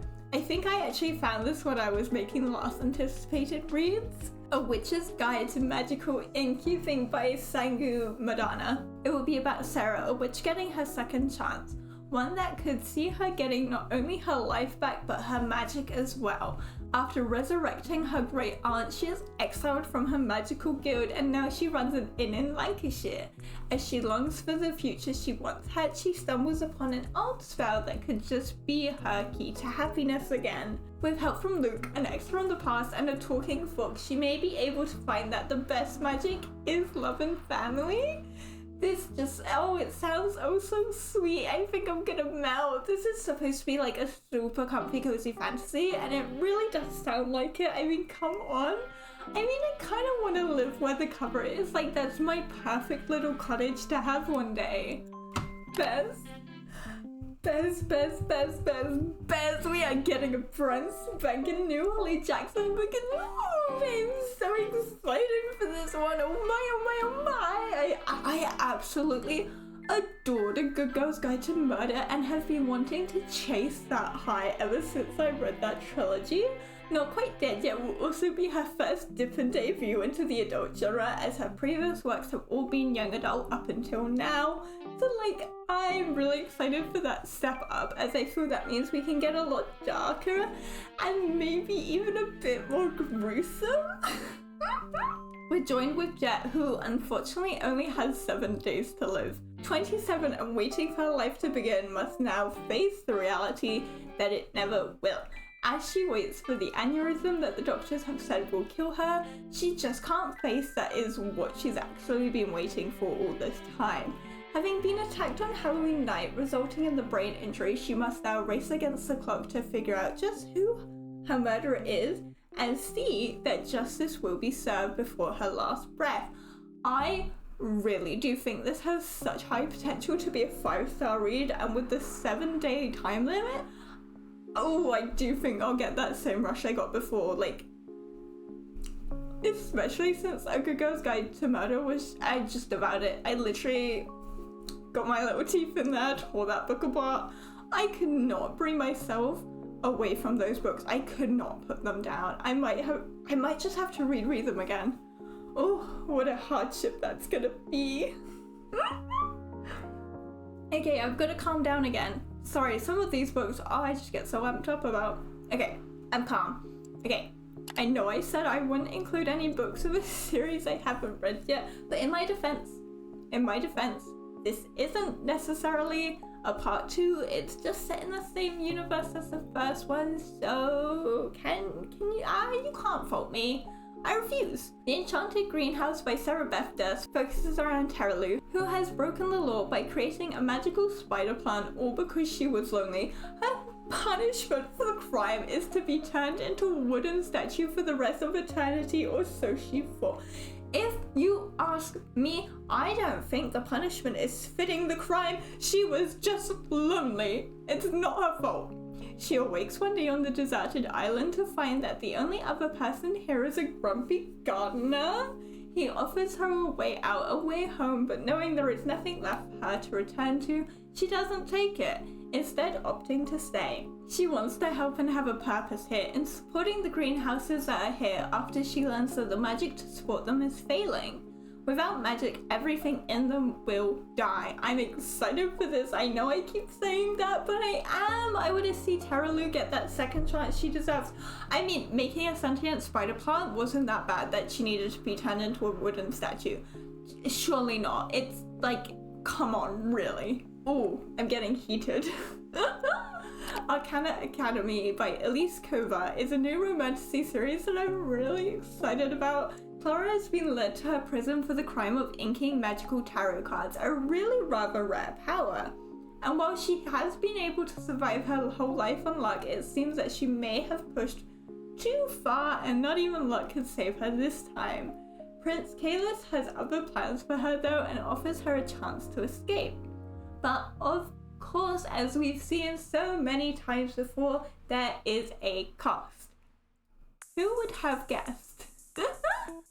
Now, she must pose as a first-year student at Arcana Academy, and here's the real kicker, she must pose as his bride. Hello? Excuse me, sir? Bride? Surely not your bride. Like, how does that make sense? How? He believes she could be the one to steal a card from the king and re-ink it to be one that could resemble a very powerful card that has been lost to time. But a prince she has sworn to hate could be the price for freedom, but is that really worth the power she'd be giving him? Especially at the cost of the kingdom. Oh, I am just so excited for this one, and it definitely may be one that I end up pre-ordering because it is speaking to me on a level that I can't comprehend. This is another book that I found out about while scrolling and has been one that I have not stopped thinking about since. The cover is just unforgivably pretty as well. Medievally Blonde by Kate Jacobs is a debut novel, and yes, it is a reimagining of Legally Blonde, but make it medieval because what, like, dueling's hard? Oh, screaming, crying. I might just casually burst into flames because of this book. A princess desperate to win back her prince ends up at the military academy he will be attending, and well, you know the rest. Come on, it's Legally Blonde. Make it medieval. So Cleo might actually be able to do this if she tries, and with a little help from Ronan, a warrior who swore he'd never be taken off his path or lose focus, might just be the guy to help. And I cannot wait for this book to come out. This is partly the reason why I included July in this list. I had to double check in my brain if July came before June or not. I'm so dumb, I'm sorry. Also, Girly has a pet otter. That's Bruiser in this universe, but he's an otter. Oh, so cute. Bruiser's an otter. I'm just so excited, and it is so fitting that this is a book that we are finishing off our rather long list with. But oh my god, I'm so excited for all of these books. All in all, here is a really quick recap of all the books we have coming out this year.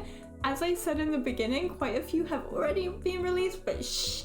I also wanted to include my top 25 of this list, and boy oh boy was that a hard 25 to pick. There are also many more books that I didn't feature on this list because they were already part of her series that I've not yet started. If you did make it this far, leave an odd comment below. Okay, here are my 25. Tell me your 25 if you have 25, or like your top 10 or your top 5 or whatever. I want to know what everyone's choosing. There were so many good books I had to pick. Oh my god.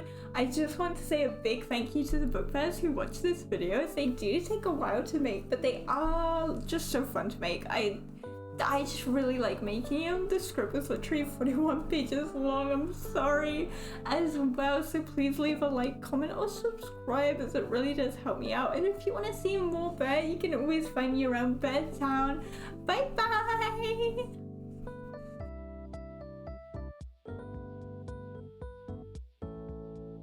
Modern divination? Modern divination?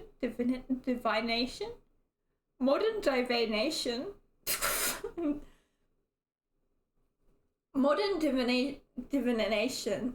Oh.